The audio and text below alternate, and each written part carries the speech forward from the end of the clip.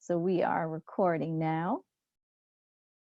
And I want to get over to sharing my screen as well so that you can follow along with some slides that I've created for you. So I'm opening that up for us now.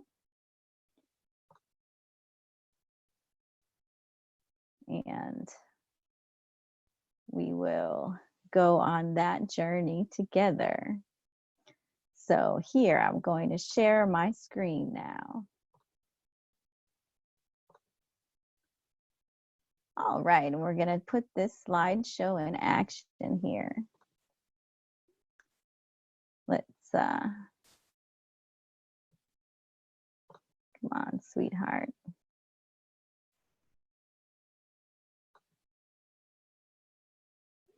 So here we go.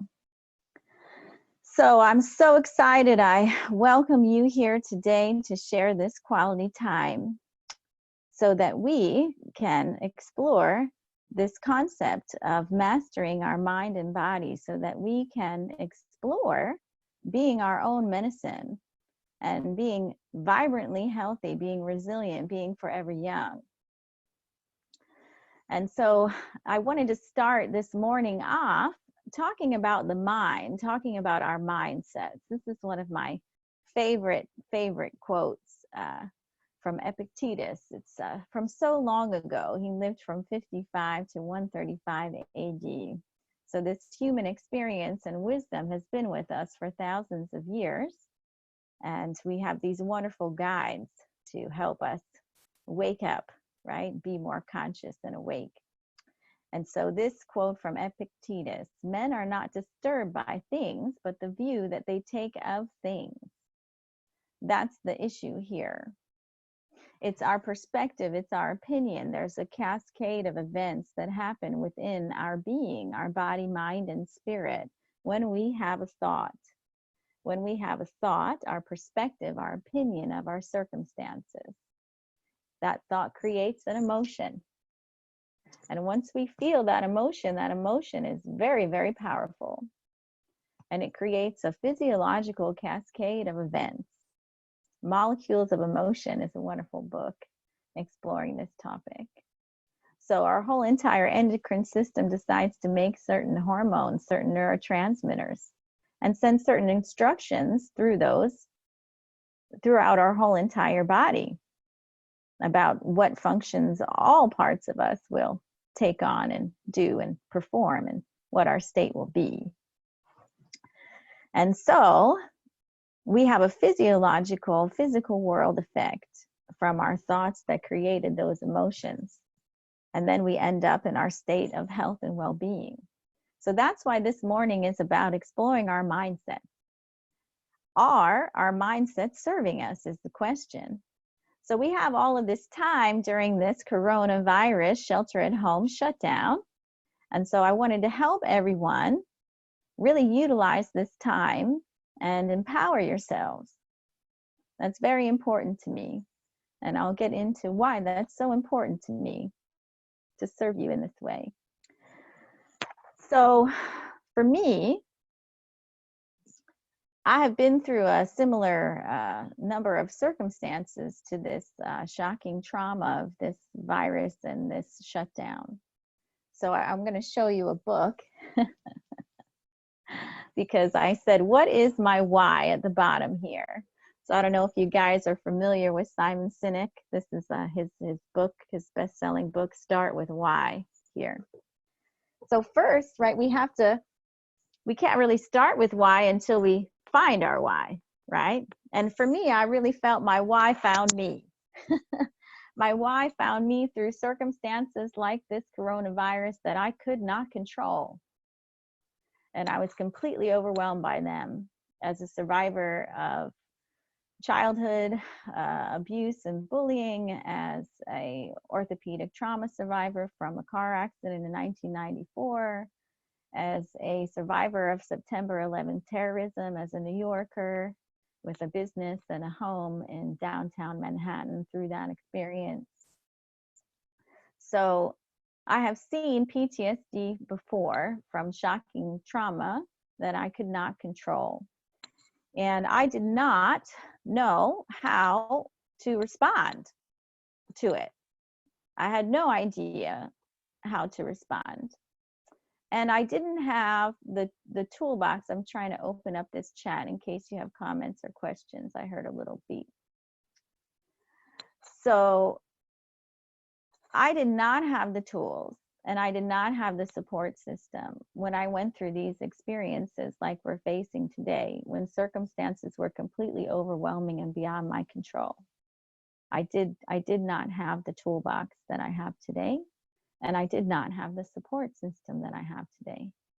So some of what I'm going to share with you are my wonderful, treasured speakers, colleagues, mentors that are my support system, and their incredible toolboxes that we all use, in addition to my own expertise of tools. So I don't want any of you to be alone. That's why I created this community, and I'm having this event, and I'm offering my support to you. And I want you to have the tools and the support that you need so that you can thrive through this experience, so it won't take you back. Because for me, after September 11th in 2001, I went on a 6-year runaway train super highway straight to hell, so to speak. So from the financial hits that I took in my business and how that changed the landscape of my jewelry design manufacturing business in New York, worldwide, the financial recovery was really rough for me and very, very stressful. And the stress of that really started to erode my health. And then as my health started to erode, because I wanted to talk about PTSD a bit today so you understand what your body does when you respond to mental emotional shock. We go into fight or flight. And so it's a normal reaction to feel this state of heightened emotions, to have emotional roller coasters even happen, to have frustration, depression, to have insomnia, for example, to have anxiety, even panic attacks for the first time. All of this can happen from this kind of shock, feeling that we're helpless and that things are out of our control and that we're vulnerable. And also having unanswered questions. Well, how do I respond? What am I supposed to do? What will I do now if I don't live in the world that I recognize, and I can't live as I did before, and I can't work as I did before? What will I do now? And that can be a tough question to ask. It took me a lot of personal development to answer that question for myself. So I don't want you to have the 6-year journey. I would love the honor and privilege to share with you my esteemed colleagues of experts with their toolboxes and all the tools that I have myself have used for 13 years, so that you can avoid that downward spiral, so that you can actually take control right now during this shutdown over the next month and really answer these big questions for yourself and realize that you are in control of how you respond, and you are in control of your life experience. You're in control of your body, mind, and spirit. You're in control of your nervous system. You're in control of your state of being. And these are simple, easy tools that you can use at home. So just as I showed you these 2 books from Simon Sinek, I will share other books and resources. I will share other tools and resources with you today and beyond today. That's what this Facebook group is about that I created. And that's also what I have created, the opportunity to work with me by donation. Suggested donation of $20 for 1-hour consults with me from now until June 30th, so I can share these tools with you and help you build a lifestyle that supports your health and well-being, not only through this COVID-19 shelter at home shutdown, but beyond, for the rest of your life. I want this to be the opportunity for you all to gain control of your life experience, to be better than you've ever been because of this. and having this time to explore these tools in this toolbox and use them and take action and do the work to find your own personal power, to find your purpose, to find your clarity, to know where you're going. So first, right, we start with where we're starting, right? So where we're starting today, this wonderful journey of self-exploration that we can share together so that we can see where we are at, what our challenges are, and start to explore some tools that we can use to help ourselves, to better serve ourselves. So in all of these challenges that I have on this slide, what they taught me is if I can't control huge events like this coronavirus or September 11th or my car accident in 1994 when I was hit by a taxi cab going 40 miles an hour in the street in Manhattan at night trying to go home from my jewelry store, right? Can't control all that. I can't control genetic propensities for certain conditions, genetic conditions I have like MTHFR that prevented me from absorbing certain nutrients, B vitamins like B12 and folate that made my nervous system hypersensitive. So that was harder for me to handle this kind of stress. Couldn't control that either, right?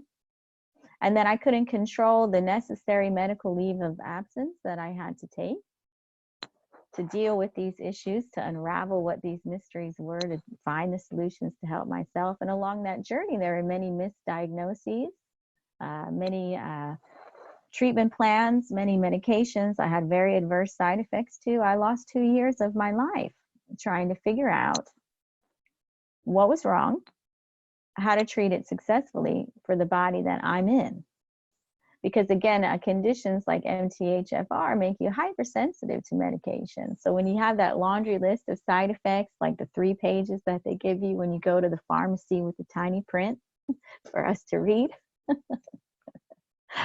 people like me can really capitalize on that list and have quite an experience with those medications. And it can take some time to unravel that. And the stress of financial challenges that are facing all of us. So it was very rough for me emotionally too, to go through things like bankruptcy and all of these stresses together ended up affecting my own sense of self, my own self-esteem. I took over responsibility for these events that I couldn't control.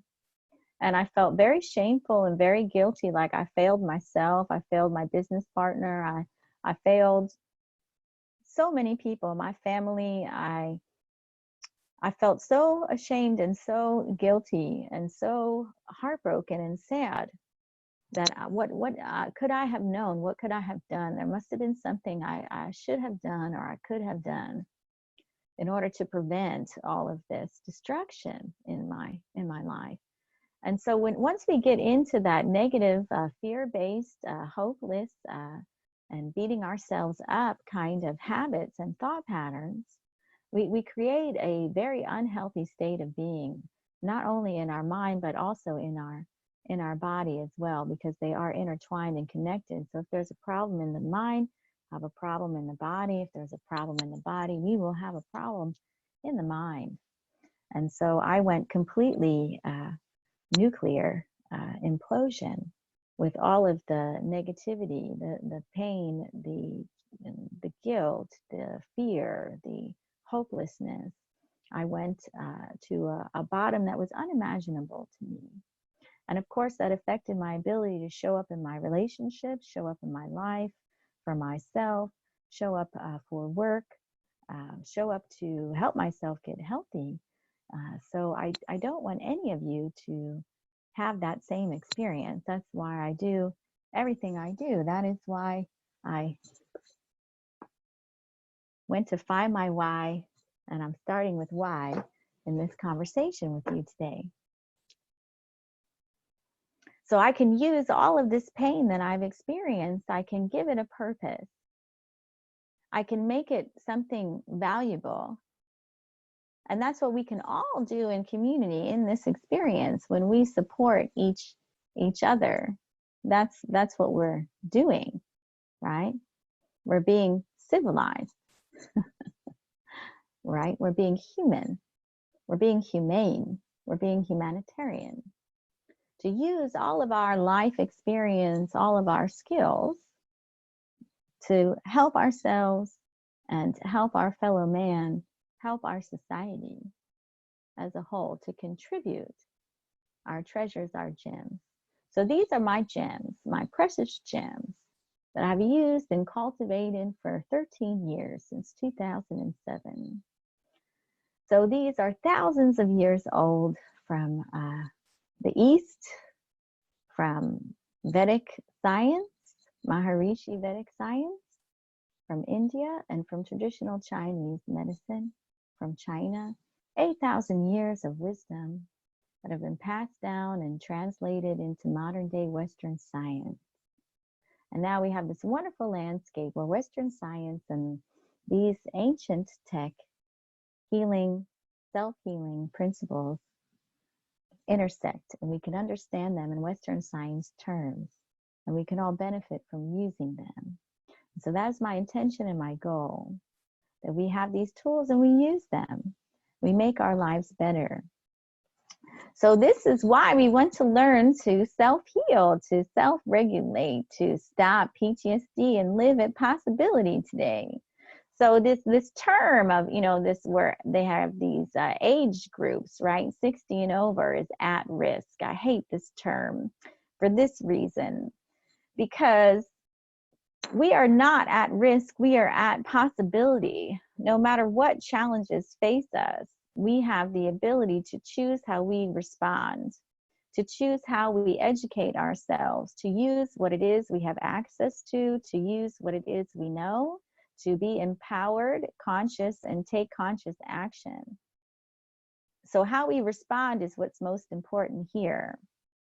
So that's how we become our own medicine, by how we choose to show up for ourselves, focusing on what we can control each day within our real daily life. We don't have to wait 18 months for a vaccine to fix us. We don't. We don't. We can learn how to turn on our own self-healing, self-regulating systems, the miracle of our body. We can support it to operate and do what it was designed to do, which is to heal us, to rebuild us. We can become resilient in the face of this coronavirus and anything else that's out there in the world that comes to challenge us. That's how we become our own medicine. We get the toolbox and we use the tools. We boost our immunity. We relax our nervous system. We self-regulate our nervous system. We do state change exercises, which I'm going to share with you, how to de-stress in 5 minutes or less to change your state of your nervous system response from the stress, anxiety, from the fear, fight or flight zone. So we can flush the fear by ourselves on our own in 5 minutes or less, as needed throughout the day, whenever we want. And when we flush the fear and get out of fight or flight, we empower ourselves and our body and our healing mechanisms. We turn our immune system back on, we turn our digestive system back on, and we go into rest, digest, and repair. So we can choose at any moment to notice when we are triggered in fight or flight. And we can stop and change our state in 5 minutes or less and get ourselves back into parasympathetic rest, digest, and repair. It's totally in our control. And that will strengthen our immune system to be resistant against coronavirus or any other bug that we might encounter. Because that's the point. We cannot ever completely control our exposure going out into the world. So what we can control is the state of our immune system, by how we live each day, how we treat ourselves, by how we educate ourselves with this kind of mind-body toolbox for activating our own self-healing mechanisms within our own body. That's the whole point of all of the ancient tech, all of the personal cultivation wisdom that's been passed down for thousands of years, that quite frankly, people have died to pass on to us, because it is this valuable. It is this valuable. So we can learn the truth about ourselves and liberate ourselves and set ourselves free. So we will explore today, what is the body and mind you are in? And then we will get in the driver's seat of our life experience. And from getting in the driver's seat of our life experience by seeing where we are right now and what is the toolbox that we can use to help ourselves, we can achieve by doing the simple work, simple daily practices, things in your own home during this coronavirus shelter at home shutdown. We can create our own peace, optimal health, and peak performance and fulfillment. We can get what we want by building our mind-body mastery toolbox, supporting each other in this community, holding each other accountable to actually use these tools. So it's not just sitting here learning today and saying, oh, wow, that sounds interesting.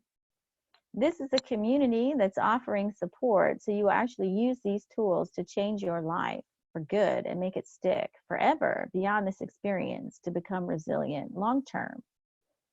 That is the point. So I used trees in my logo. I came up with this word, chillax om, in a meditation.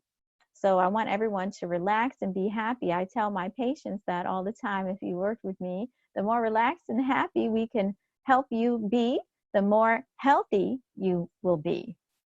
So we need to chill. And we're here in Los Angeles and LAX, and we need to find peace. That's Om, and it's Oriental medicine. And trees are a wonderful, wonderful metaphor. I want to talk to you about redwood trees for a moment before we move on to the next slide. So redwood trees, right, are so tall. They live for so many years. They are arguably the tallest growing, longest living trees on planet Earth, redwood trees. We have huge forests we can visit in Northern California that are mesmerizing and spectacular. The trunk of the tree is bigger than the size of our SUV car. We can even drive through one, right? So how do they get so big, so powerful, live so long? You would imagine, as tall as the tree is, that must be how deep the roots must be. But it's actually not about the depth of the roots and about the tree holding itself up all by itself. The redwood tree forest is one living organism completely connected. It's not about deep roots, it's about connected roots to each other, to all the trees in the forest. The redwood forest holds itself up together as a community. And when any threat is entered, any microorganisms like we're dealing with today, the message is sent throughout the whole network of the entire forest, and they make certain kinds of sap to defend themselves from these microorganisms. They work together, you see? So that is what we can do for each other, ourselves. So we can build this mind box, this mind-body mastery toolbox together and hold each other accountable, support each other in using the tools. And we can use this experience as an opportunity. COVID-19 is simply an invitation for us to go stronger, better for all of this. So we're learning in this class to change our mindset. This whole morning is about changing our mindset. And that's why I'm bringing two of my favorite people in the whole world, two mentors of mine that I absolutely adore, that specialize in reprogramming mindsets. So if we're not feeling well, if our emotions are off, if our body is showing physical symptoms, because again, the root cause is what we thought that made the emotion, that made the physical body experience, right? That's one of the super highways that exist within our beings here, humans being. So we want to learn how to change our mindset today, because changing our mindset will change our behaviors. And we want long-term changes. And so I'm going to define a term here, neuropathways. So we have a mindset, we have a thought, idea, belief that we've attached to, that we keep reinforcing. And so it is a neuropathway that we will keep returning to.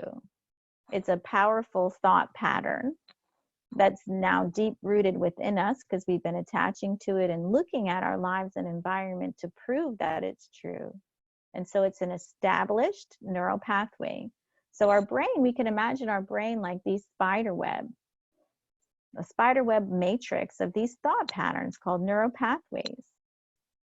And so if we have ones that we, of course, we had picked up, there's a wonderful book by Dr. Bruce Lipton, Biology of Belief, where he talks about as a child up until 8 years old, we're a sponge, sponging all of these thoughts, ideas, and beliefs from our families, from our exposure to our first experiences in community at school.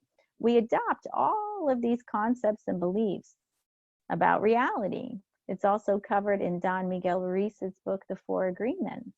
We are indoctrinated with this belief system worldview, this paradigm of what life is, who we are, what people are like, right?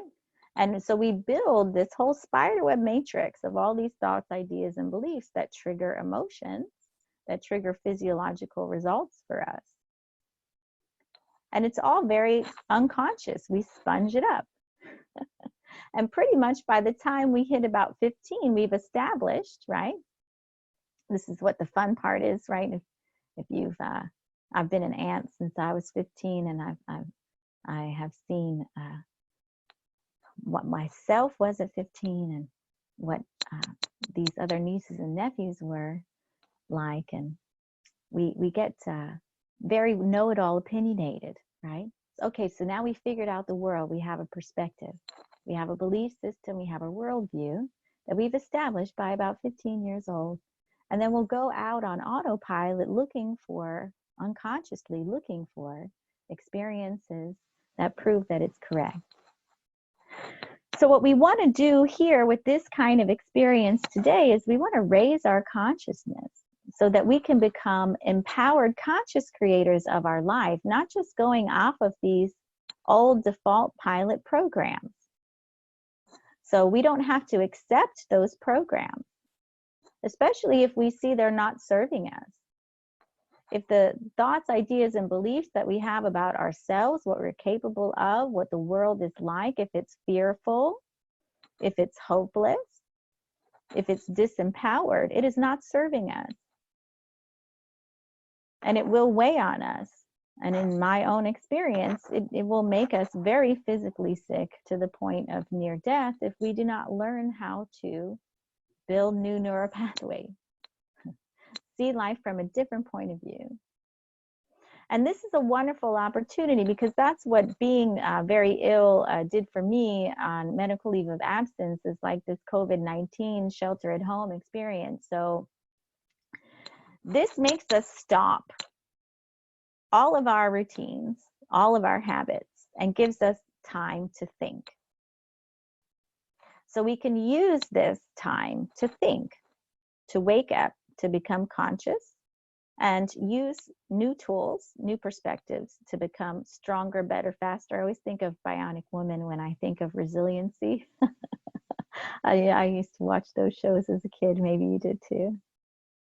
So that in the next 6 weeks that are most crucial for starting any new pattern within our body, mind, and spirit, starting new habits, right, of thinking, behaving, we can break our current fear patterns and program new beneficial ones.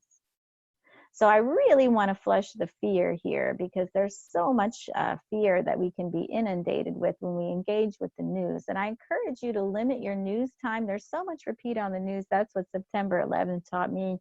They're going to repeat so much of this news. And when we watch entertainment, when we watch news, we feel the emotions of what we are seeing, right? It is its own virus. It is insidious and very infectious. These fear-based, disempowered attitudes and beliefs, and it bleeds into us, and it can take us over, and it doesn't help us. So we need to be informed, but also limit our exposure to that, because we need to focus on what we can control, not being fearful about what we can't control, like when we will get a vaccine, for example, or how long we have to be sheltered at home. these are things we can't control. So let's not focus on that. That's why we're here today, to focus on what we can control. So this whole experience today is ideally, I want to help you get started on setting your own inner GPS. What is your current location? Help you explore the mindsets that are fueling your current emotions and driving your current behaviors. So we have to set our location where we're at right now. We have to face ourselves. We have to confront who we are, not just our mindsets, but later on in the afternoon, we get into what is the body we're in. I love to help my patients get the handbook, right? Who are you? What is your belief system that you are indoctrinated with from your life experience? And what is the body, right? What is your genetic propensity to develop certain conditions? Because again, with the field of epigenetics, we'll talk about later with Simone Kvalheim, what our DNA is not dictating our health, our wellness, and our destiny. Our lifestyle, our mindsets will stimulate whether certain conditions that we have a propensity to develop will develop at all or never at all. So we can prevent so many health conditions from ever arising by how we think and how we take care of our body. And that's the point of today. So we are doing this today, exploring the mind-body connection, exploring our states. What is our state of mind-body at this time? And getting this toolbox to self-regulate, to show up for ourselves and help ourselves. So we will use a mindful practice tool. And those tools that we will use today every hour to transition between each speaker, I wanted to share with you in 5 minutes or less how you can change your state.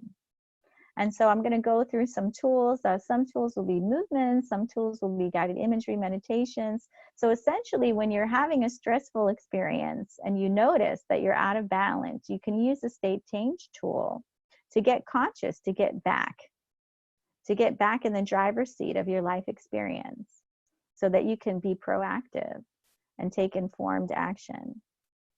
So these are very simple tools. They are free. They're easy to learn. You can do them at home. You can do them when you're not at home, wherever you are. My whole entire goal in life is to share tools that you can use wherever you are at any moment to, again, self-regulate. Bring yourself back into balance so that you can be in the best state of being to make the best decisions from your best self. So I love this picture of a tree because, again, if we get knocked down, we don't have to allow it to stop us. We can keep on growing. So no matter what's happened to us, we can choose to keep growing through it. I love that little picture of that tree. So we can, at any moment, confront, and we'll get into it with a wonderful speaker who's coming up next, Shawn Tiberio, the incredible author of this wonderful book I really love, Fortifying Your Mind. And he has this wonderful term and also this wonderful concept that inspired me to name my negative thought patterns. So we all have these, it's a protective mechanism. It helped us survive for millions of years to focus on negative experiences in order to protect us, right? Like if we touch a hot stove, we remember the hot stove is hot when it's turned on and it's dangerous, so we won't touch the hot stove again and we won't get burned. If we eat some berries in the woods thousands of years ago, and they made us sick, we will remember exactly what that berry looks, smelled, and tastes like. So if we ever encounter it again, we're not going to get sick from eating those berries again. So there is a protective mechanism. It is part of who we are. It can serve us in very limited, right, certain scenarios like I just described, but it can also completely take over. And that's what we want to stop. So we will practice confronting what I like to call nuclear negative Nancy self-destructive patterns of thoughts and behaviors that aren't serving us. And so we can confront it with a state change exercise. We can stop the habit of whatever the thought is that's causing the emotion that drives a negative behavior like we don't want, like emotional eating, getting a sugar rush because we feel depressed, because we can think a thought like, oh, wow, I don't know what I'm going to do for a new career now, or my finances. I'm depressed, I'm scared, I'm kind of hopeless, and I'm feeling down and I'm feeling exhausted. So I'm going to eat some ice cream or a cookie or some cake and get a little jolt, right?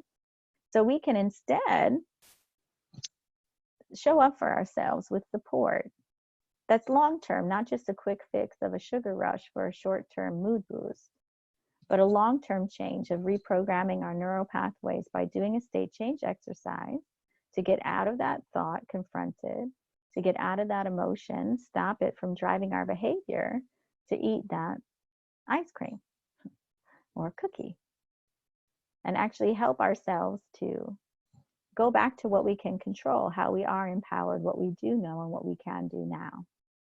We don't have to solve all the problems. Shawn is going to talk about how to fortify your mind by principles that he's developed from being in the Marine Corps to, for example, simplify.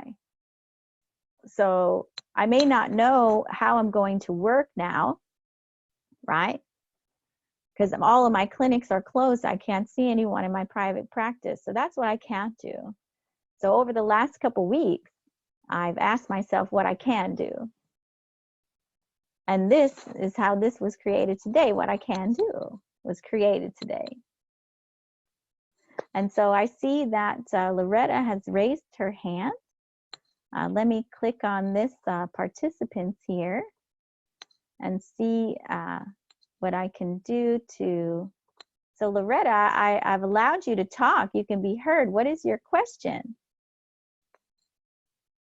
I don't know why I can't hear you. You can type it into the chat and we can look at the chat. So I don't know if you have a microphone to ask your question.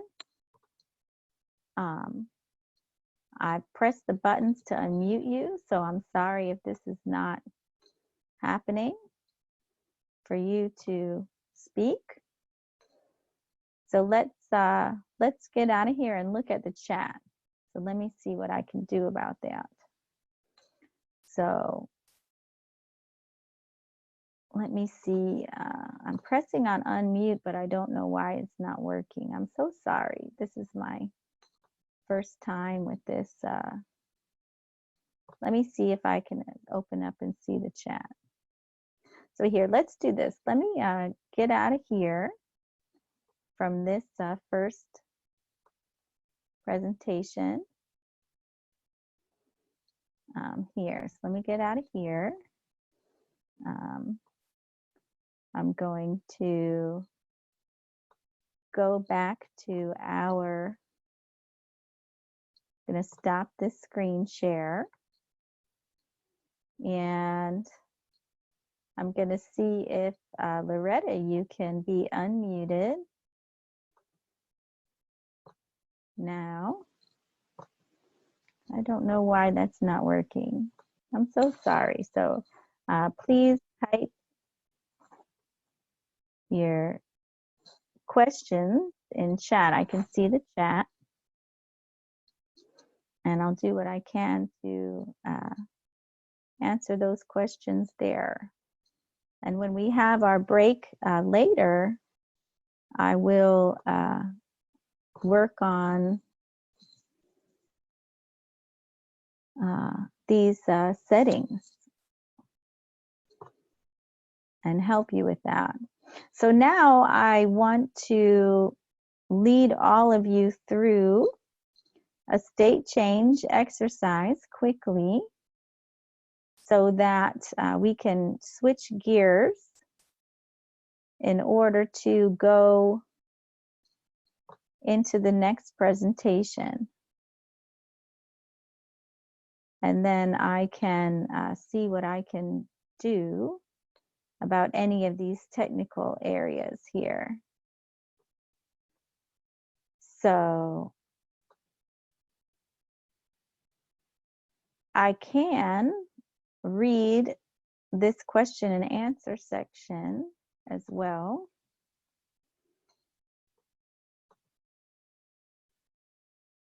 And again, I apologize. This is my first time using this system. So thank you so much for your understanding and your patience in me figuring this out as we go today. So let's breathe and take this moment to relax. And yes, all of you can connect with me. I'm going to do this right now. So this is my cell phone number. This is my email. And then this is my website. So all of you can communicate with me at any time. You can ask me any questions at any time. And I'm happy to help you, and we can follow up after this event. If we have any technical difficulties, I will follow up with any of you, all of you personally after we get through any of these little techie glitches. So thanks for your understanding. So now let's go ahead and take 3 really big deep breaths. So I want you to go ahead and put your hand on your abdomen, and I want you to breathe in, hold, and let it go with a sigh or a sound. We're going to take 2 more big deep breaths. And letting it go with a sigh or a sound. And the last one. Letting it go with a sigh or a sound. Now I want you to go ahead and close your eyes, and I want you to sit in a comfortable position. I want you to feel your feet flat on the floor. Go ahead and put your hands at your sides. And I want you to go ahead and imagine that we're opening up little faucets on your fingertips and toe tips.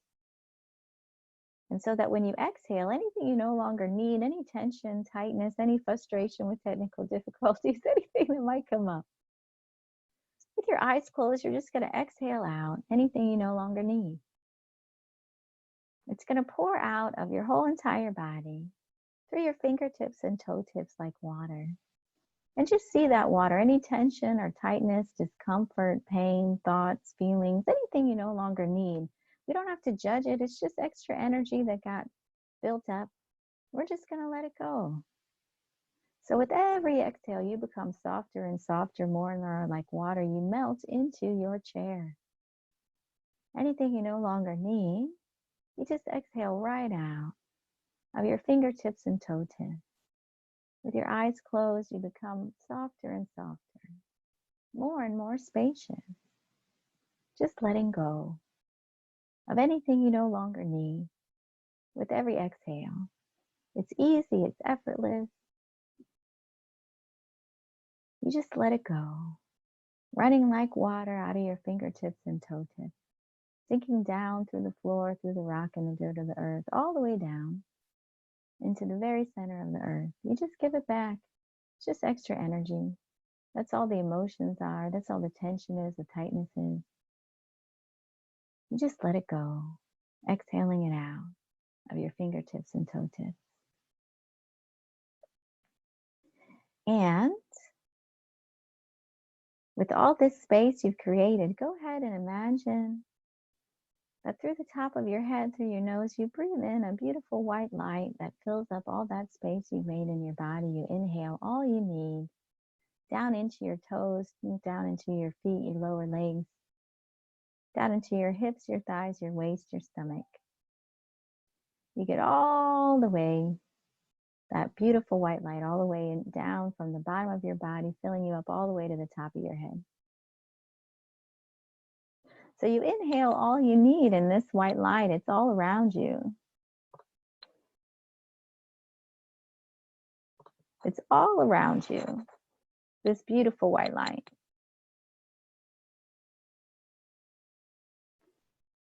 It fills your whole entire body. You breathe in everything you need, all the joy, all the peace, all the energy, all the vitality. It's like the white stars in the night sky. It's like the North Star. It's like the white clouds in the sky. It's like the white moon in the sky. You just breathe in that beautiful white light through the top of your head, in your nose, down through your neck, shoulders, and arms, down through your forearms, your wrists, your hands. You get so much of that beautiful white light. It just pours out of your fingertips. More and more of that white light. It's like a star bath. Just go into your body with every inhale. Those beautiful stars just fill you up, flowing down through your head, through your nose, neck, chest, belly, down through your hips and thighs, through your knees, your lower legs, pouring out of your toe tips. That beautiful white light, so much of it pours in you and out all around you, making a beautiful bubble like an egg shape around your whole body. Of that white light that you are filled with, that you are surrounded by, all the support that you need from this entire creative, all-powerful force of the universe, filling you up like stars, like a star bath. And you can relax and enjoy it. Enjoy being refreshed and renewed and focused. So when you like, you can start to open your eyes. I've invited Shawn in here as a presenter here, and I will introduce him in just a moment. I will try to get Loretta off of this screen here. Okay, here we go. So when you all are ready, come back into the room, open your eyes, and get ready for what's next. This wonderful and amazing experience with the wonderful and amazing Shawn Tiberio. So I'm going to introduce him now. I'm going to press some buttons. I unmuted him to get him ready. And I am also going to share my screen with a slide here so you can see how cool he is. Good morning. Good morning, Shawn. I'm so grateful to have you here. Thank you. So awesome to have you. Such a gift. And so I want to introduce this wonderful Shawn Tiberio human being here. I'm going to share my screen for a moment. I'm going to bring up his slide here and tell you a little bit about Shawn. So here we go. So Shawn Tiberio, I'm going to move this out of the way. I don't like that blocking this slide. I don't know how to do that. There we go. Let's get this over here. All right. So Mr. Shawn Tiberio is the founder and CEO of Top Results Consulting. He's a published author of an awesome book that I had flashed you earlier, Fortifying Your Mind, 5 Leadership Tactics for Success, that are battle tested from his 10-year and 3 combat tour experience from the Marine Corps. And he is the founder and CEO of Unleash Your Inner Lion, which I've had the great honor and privilege of participating in those experiences with him that have been fundamentally transformative for me as well, to help me get outside of my own comfort zone and become more liberated and free, despite especially some of my physical challenges that I've faced in the past. I've gone on some amazing outdoor adventures with Shawn.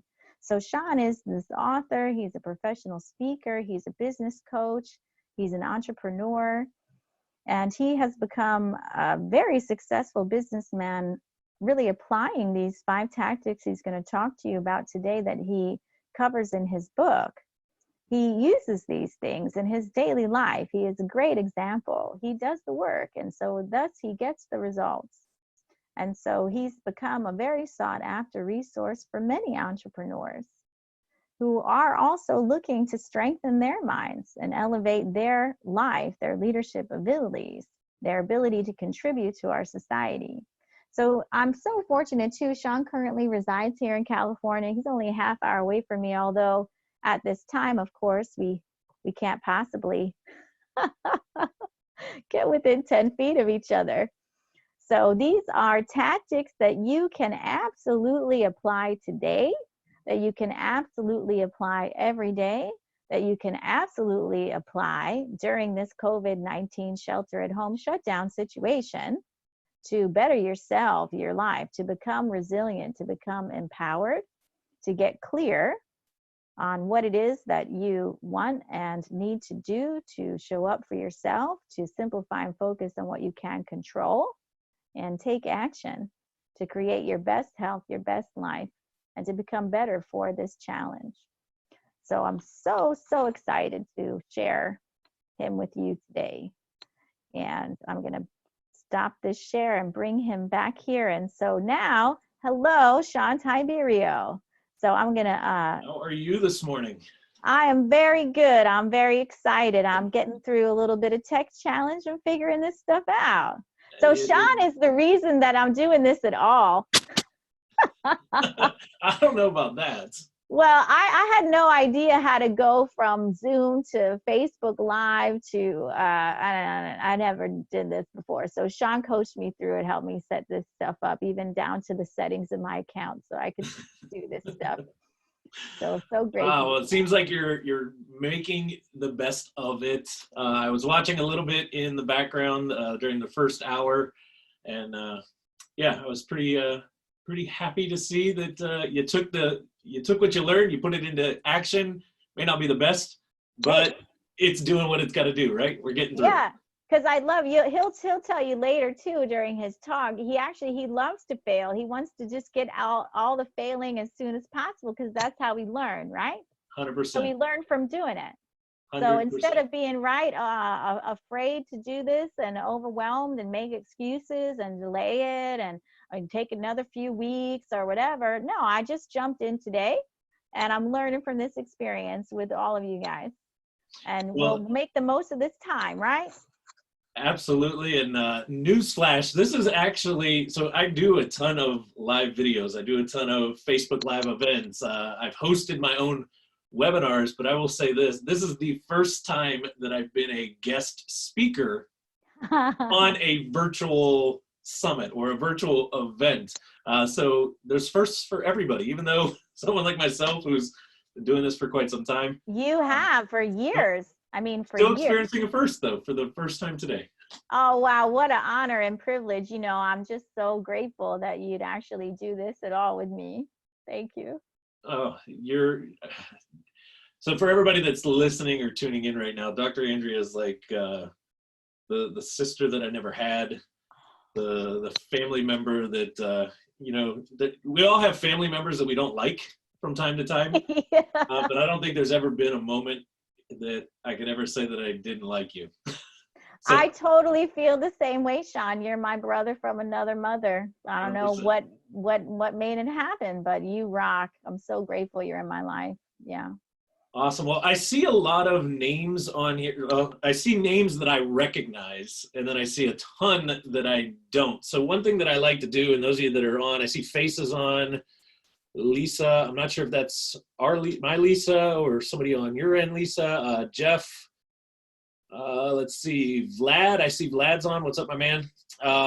Everybody else, and those that have been around me before know that I love to kind of get to know who's around. And unfortunately, we're in a virtual audience. I can't see everybody.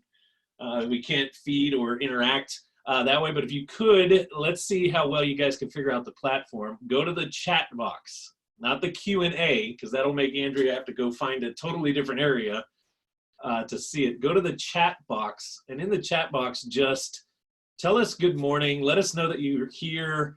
And more importantly, why did you decide to spend your day tuning in to Dr. Andrea's thing? Because quite frankly, it's Sunday and there's so many other things that we could be doing. I mean, you could be trying to navigate to the living room, to the dining room. You could be spending time in your kitchen. There's so many different options. You could be binge watching Netflix. Absolutely. So let us know in the comment box. For those that are tuning in, I'm going to get interactive, so get comfortable with that. Even though we're not in person, we're still going to get interactive here. So let's see. Vlad said, here because you guys rock, and I love you. Love you too, Vlad.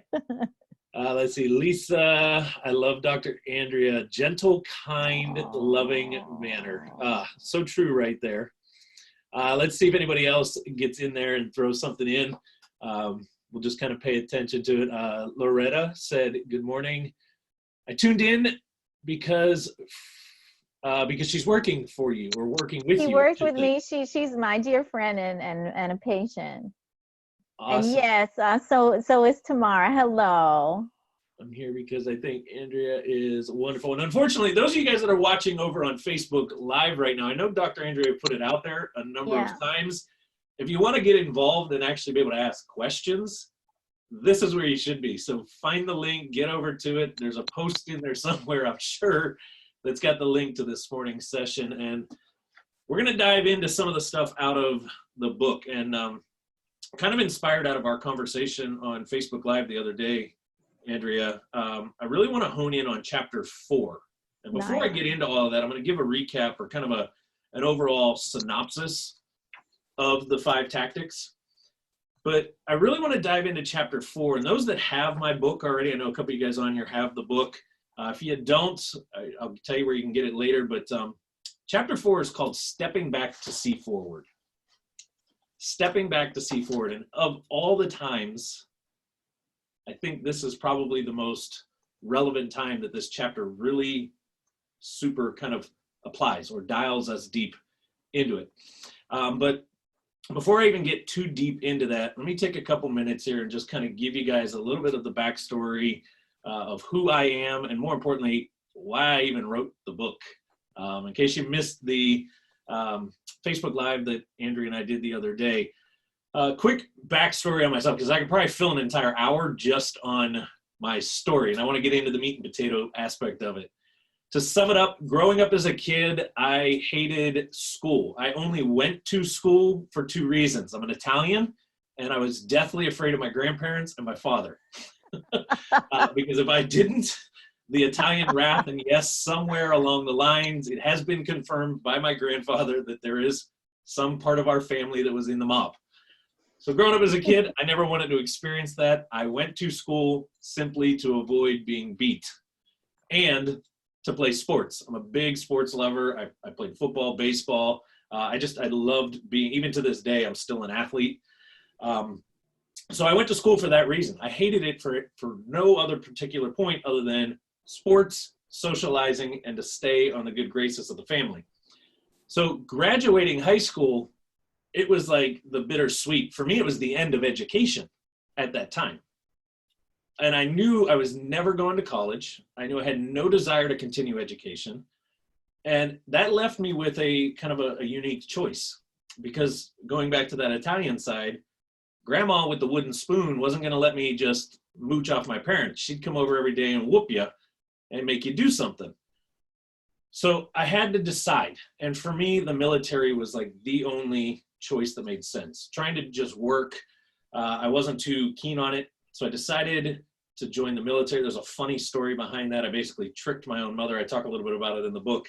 Kind of tricked my own mother into pre-signing some paperwork for the recruiter to be able to get going earlier in the process, all of this stuff. So I graduate. 2 weeks later, I'm off to boot camp. Now this is pre 9/11, pre the world's in chaos, right? Pre-wartime.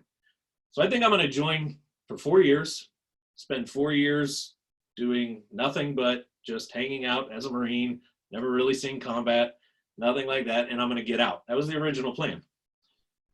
Well, shortly after graduating boot camp, getting the process going, all of this stuff, here we are in the thick of things. 9/11 happens. We're in the thick of, I can remember when 9/11 actually happened, like all of our senior leadership running around screaming, that's it, we're going to war, boys. And it was like, this got real.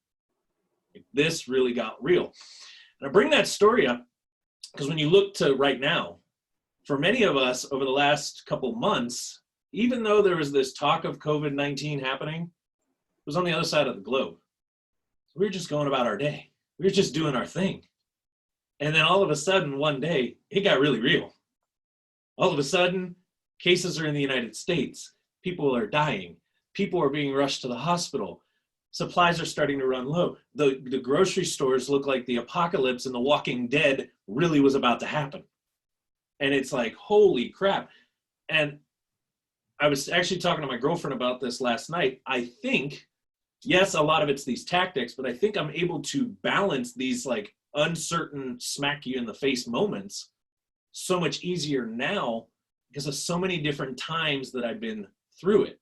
And what I want you to take from that is that you too will get through this.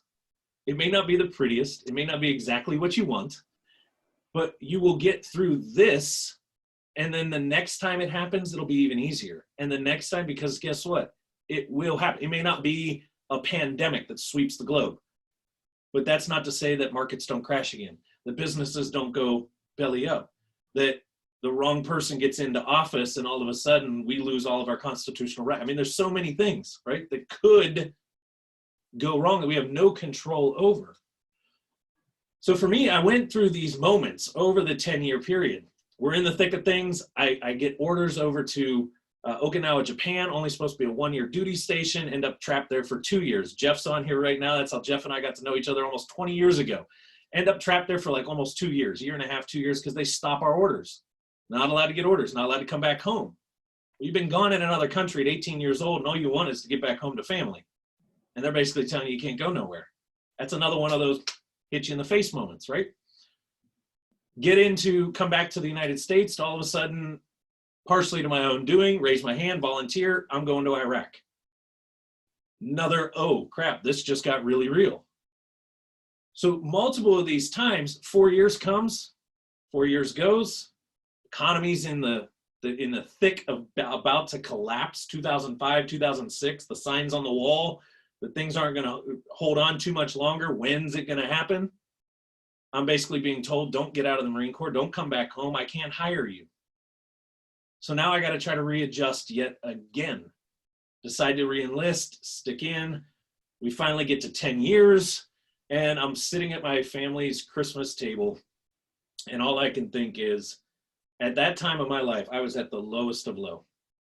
I was not suicidal in the sense that I wanted to go kill myself, but I was at a point where I really didn't care. I didn't care what happened. I was looking for excuses to redeploy. I was looking for more, because all I wanted was to be back over there. All I wanted was to be back in deployment mode, in the fight mode. And I remember sitting at the Christmas table realizing that I've got a choice to make, because how many more of these Christmas dinners like this will I have if I don't make a decision, if I keep going down this path? And again, looking at the present time, many of us right now are in a position just as such. For me in that day, it was make a choice. Continue going down a destructive path, probably die at some point, leave family, everything, not care, or shift, not really know what I was going to shift to, but shift because you know it was the better choice. Today, is my business going to survive this? Do I need to make changes in my business? I look at someone like Dr. Andrea, her business is physical. It's working. And those of you the guys that work with her, you know how much she comes alive when you've got a patient in your room, on your table, making them a human pin cushion with all the needles. Or making me feel like I came out of some matrix area with cups and needles and everything else on me. But you come alive in that, and now you're being told you can't. And how do you transition? Like, how do you make that shift, right? And this is something you and I have had a lot of conversations on, hence the purpose of today. Like, how do I still help somebody? So I say that again because sometimes there's subtle changes or situations that we're in. And the concept of fortifying your mind, after I got out of the Marine Corps, I had no clue what I was going to do. I just knew one thing. I did not want to work for somebody else. But I had to go work for somebody because I needed money. And not a lot of people know this side of me, or because I only typically talk about it when I tell these stories. But getting out of the Marine Corps, going back home, the only job that I could find after 10 years of military service and all the knowledge and all the education and everything, and I say the only job that I could find because it was the only thing that I'd allow myself to accept that I could get my hands on, was to become a over-the-road truck driver. driving semis. Now, there's nothing wrong with that industry, but growing up, I never thought that I would be the guy driving semi, living alone on the road, sleeping in the back of his truck in a different city every single night. And the stigma and all the stuff that comes with that industry. But I needed money, so I did what I had to do to get the money in, knowing that it wasn't forever. And finally, there was another night that I was laying in the back of the truck in December. And those that really know me, they start to question. Every December, there's typically a big decision. I walked away from a multiple six-figure job 2 Decembers ago to completely say, that's it. I'm not having this gig that I was doing, speaking for another company, getting paid a couple $100,000. Every major decision's been in December. But that night, laying in the back of the truck in Detroit, I didn't know why I made this choice or how I just made it so easily. This hadn't come about yet. I hadn't really thought about all these tactics and put them into writing. But I was laying there and I said, yet again, why am I doing this? Why am I suffering?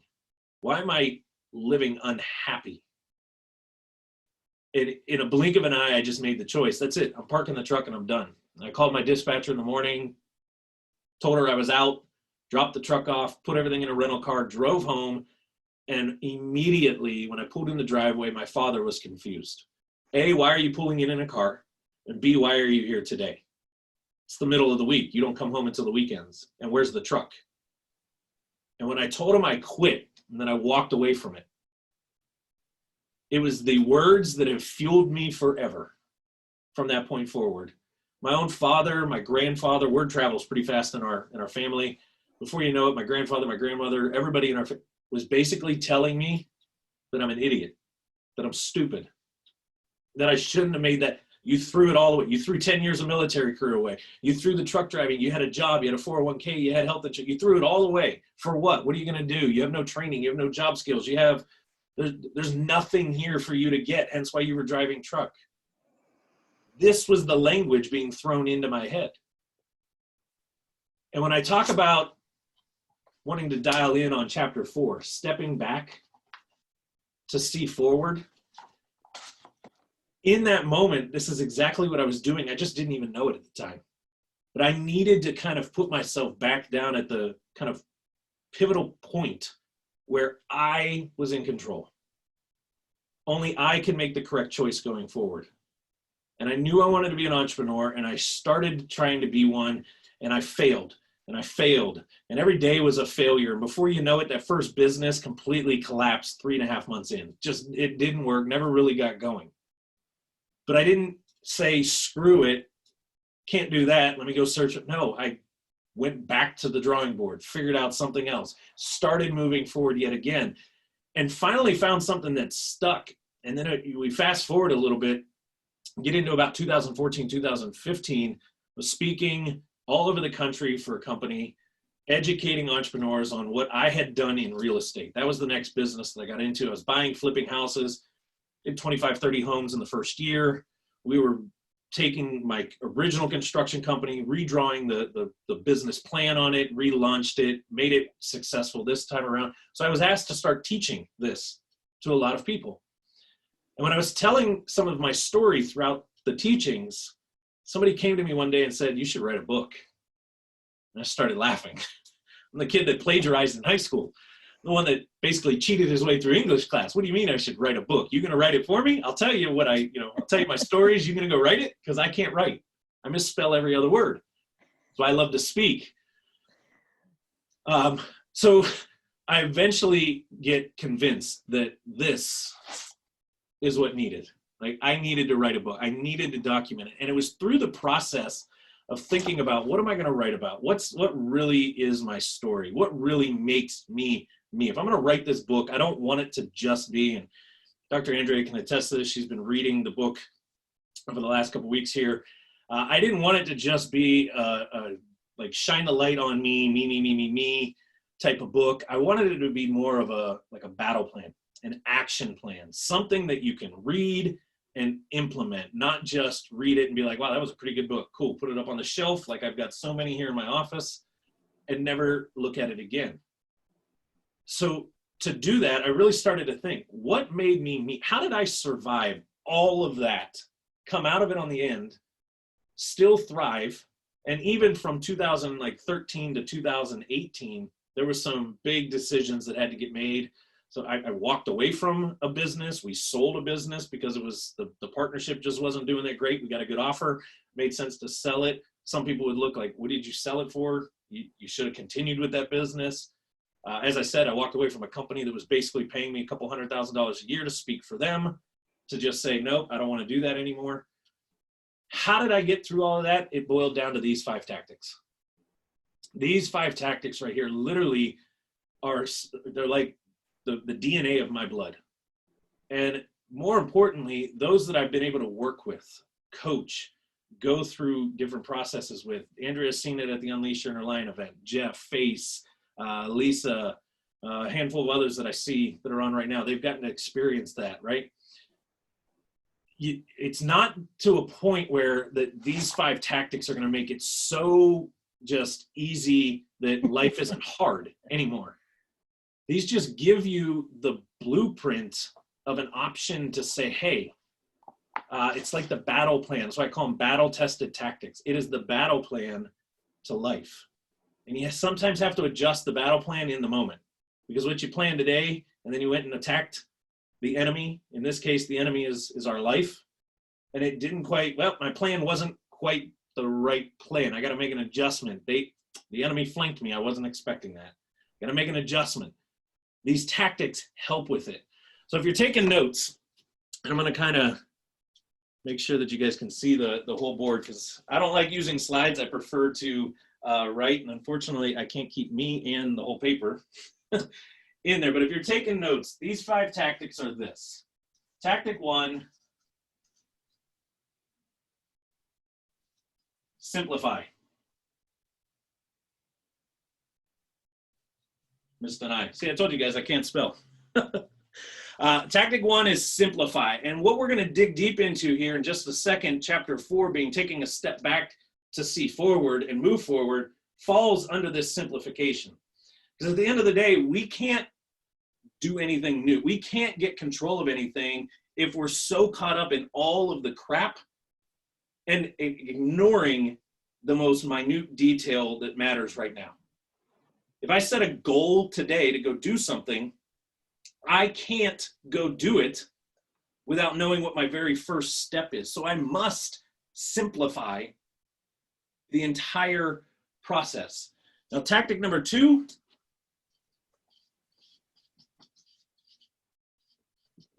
visualize. Tactic number 2 is visualize. And if you guys caught the Facebook Live that we did the other day, Dr. Andrea and I, she brought this up. One of the key things, and I'm not going to get too deep into all the pieces of visualize, because I know you're probably going to get into some of this throughout the rest of the day, and some of the other speakers might dial deeper into this. One of the things that I love to do when I visualize, and I visualize pretty much nonstop all day long, every single day, is I want to find the emotion in, or create the emotion. And here's why. Emotion forces action. Without emotion, if you're not emotionally invested into something, you will never do it. If that emotion is painful, you're going to find every way to get away from the pain. If that emotion is pleasure, happy, you come alive, you're going to want to do more of that to feel that.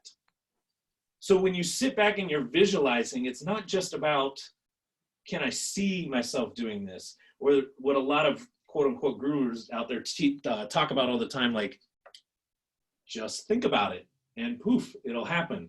Or make your vision board, right? Put a picture of you in the jet up there and you will one day own a jet. It doesn't happen that way. But when we create emotion around those aspects, it's going to drive us to want to either fix that negativity, get away from the pain, or get more of the pleasure. Now, tactics 3 and 4, these two kind of go together. Tactics 3 and 4 are non-reactive. And I think some of my markers are starting to die. And number 4 is emotional control.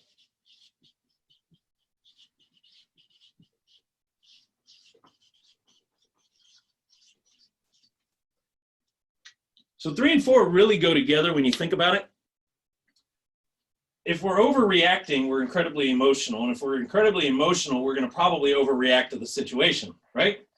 So I say that these two are together, but they are two totally different tactics, because we can control our emotions and still a little bit overreact, or we can overreact even without some of the emotion in there. So understanding the two separately, but then more importantly, understanding how they apply together.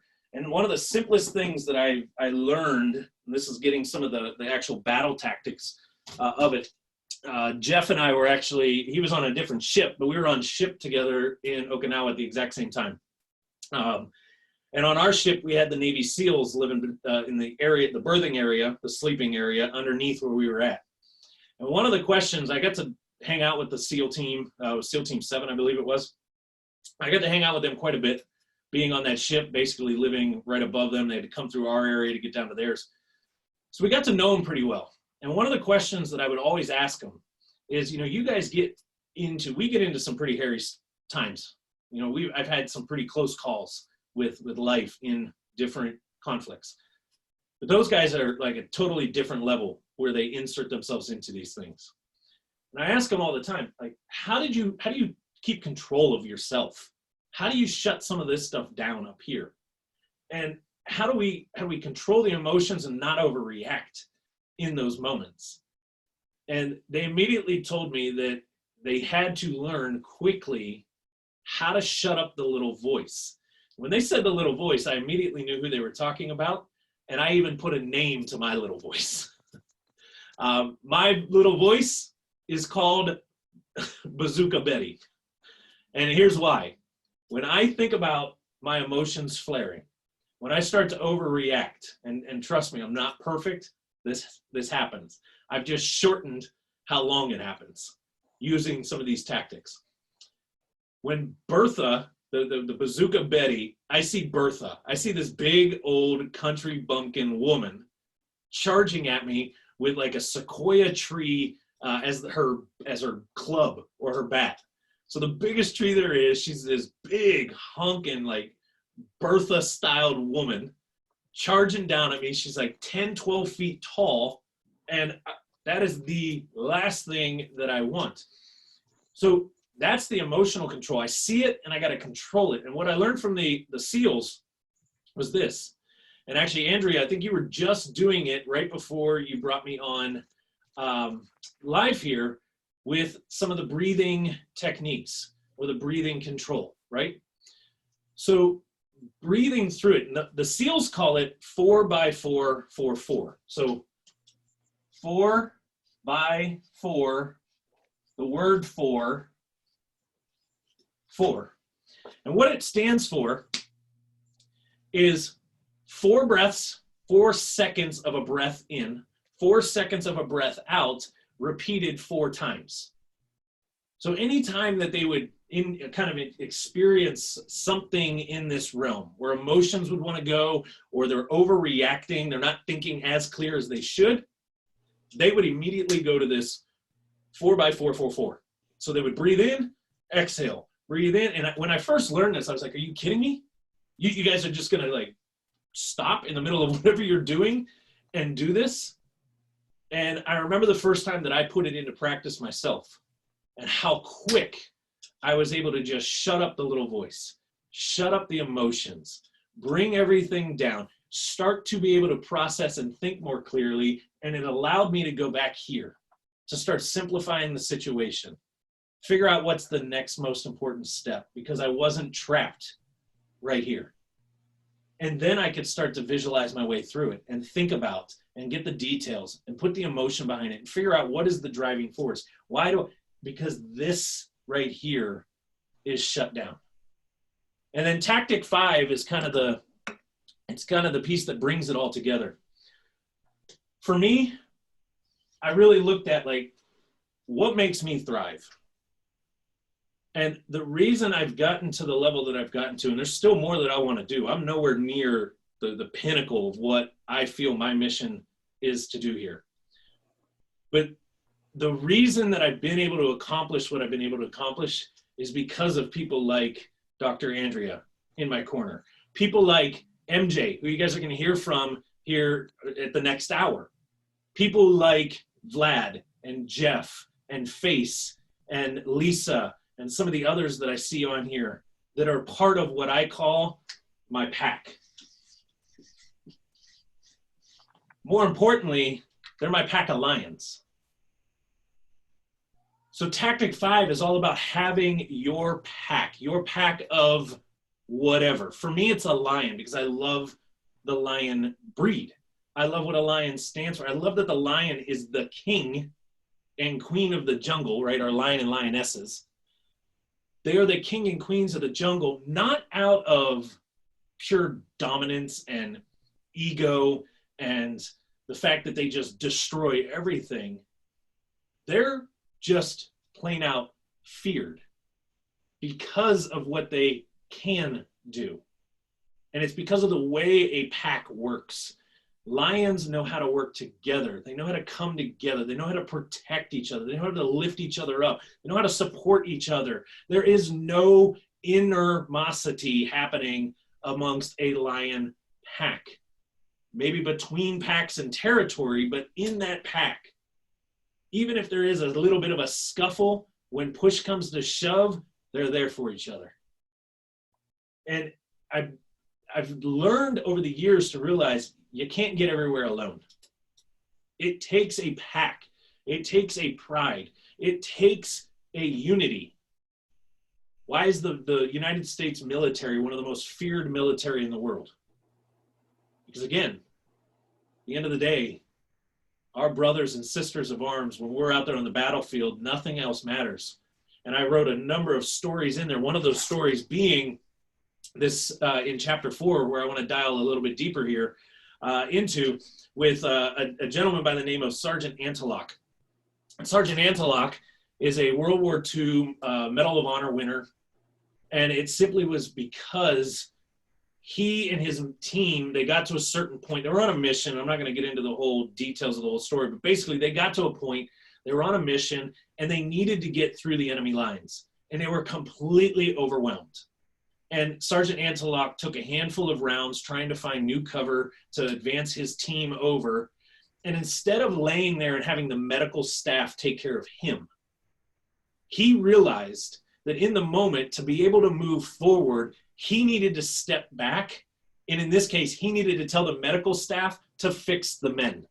Go get the rest of them. Take care of the rest of them. And he continued to fight. Matter of fact, there's a point in the story where he actually gets up from a safe area and his men are screaming for him to get back down, because he realized that the only way that they were going to move past this point was if he tried to distract and get up and ran, already having multiple rounds in his body, barely being able to move. But in the moment, he was able to step back and realize it wasn't about him, that he couldn't control the situation that they were in. All he could do was what he could to try and make it better. So taking this idea, stepping back, and this goes to the piece, this is actually where the favorite quote in this chapter that Dr. Andrea brought up the other day.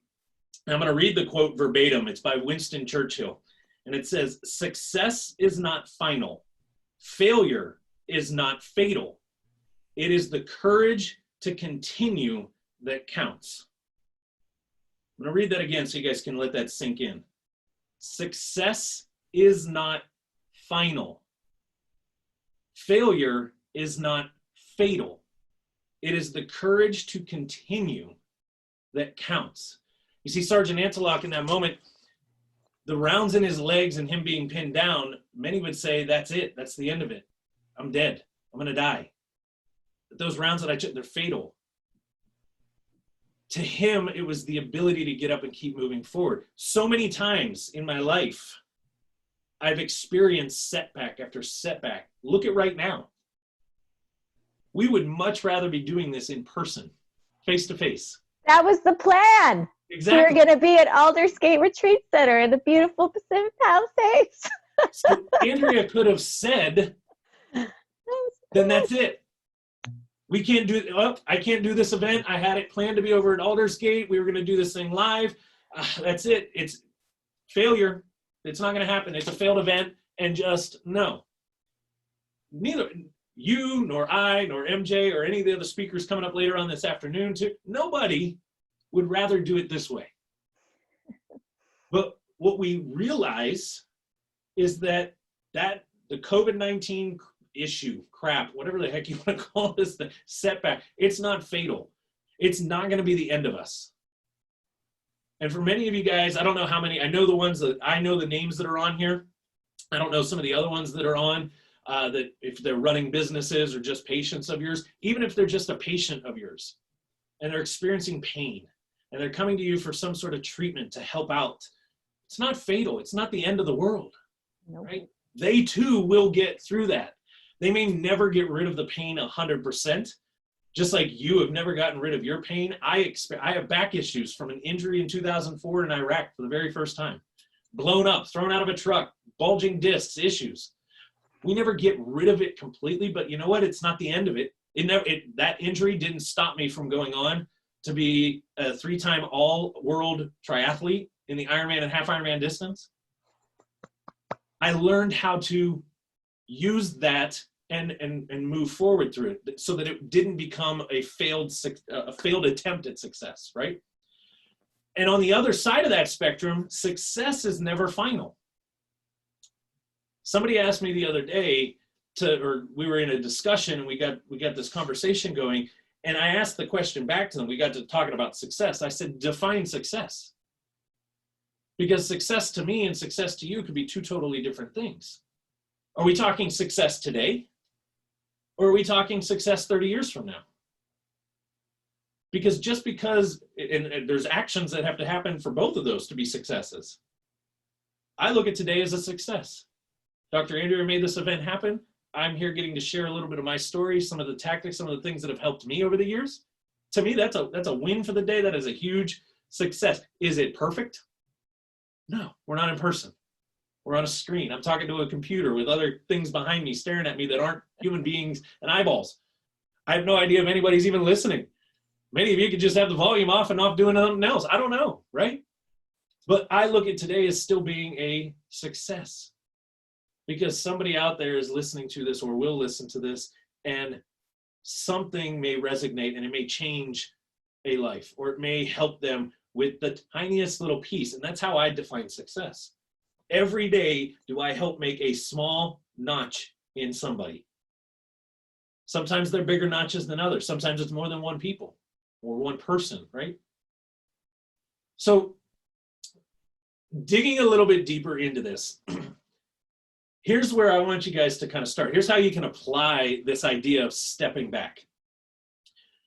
Right now, it is so easy to probably find 20, 30, 100 negatives that are going on in your life. Between the COVID-19 stuff, being pent up, locked up in a house, can't get out, can't do anything, can't do normal things, and it's another one, like what is normal? What will be normal? We don't know, right? Is this the new norm?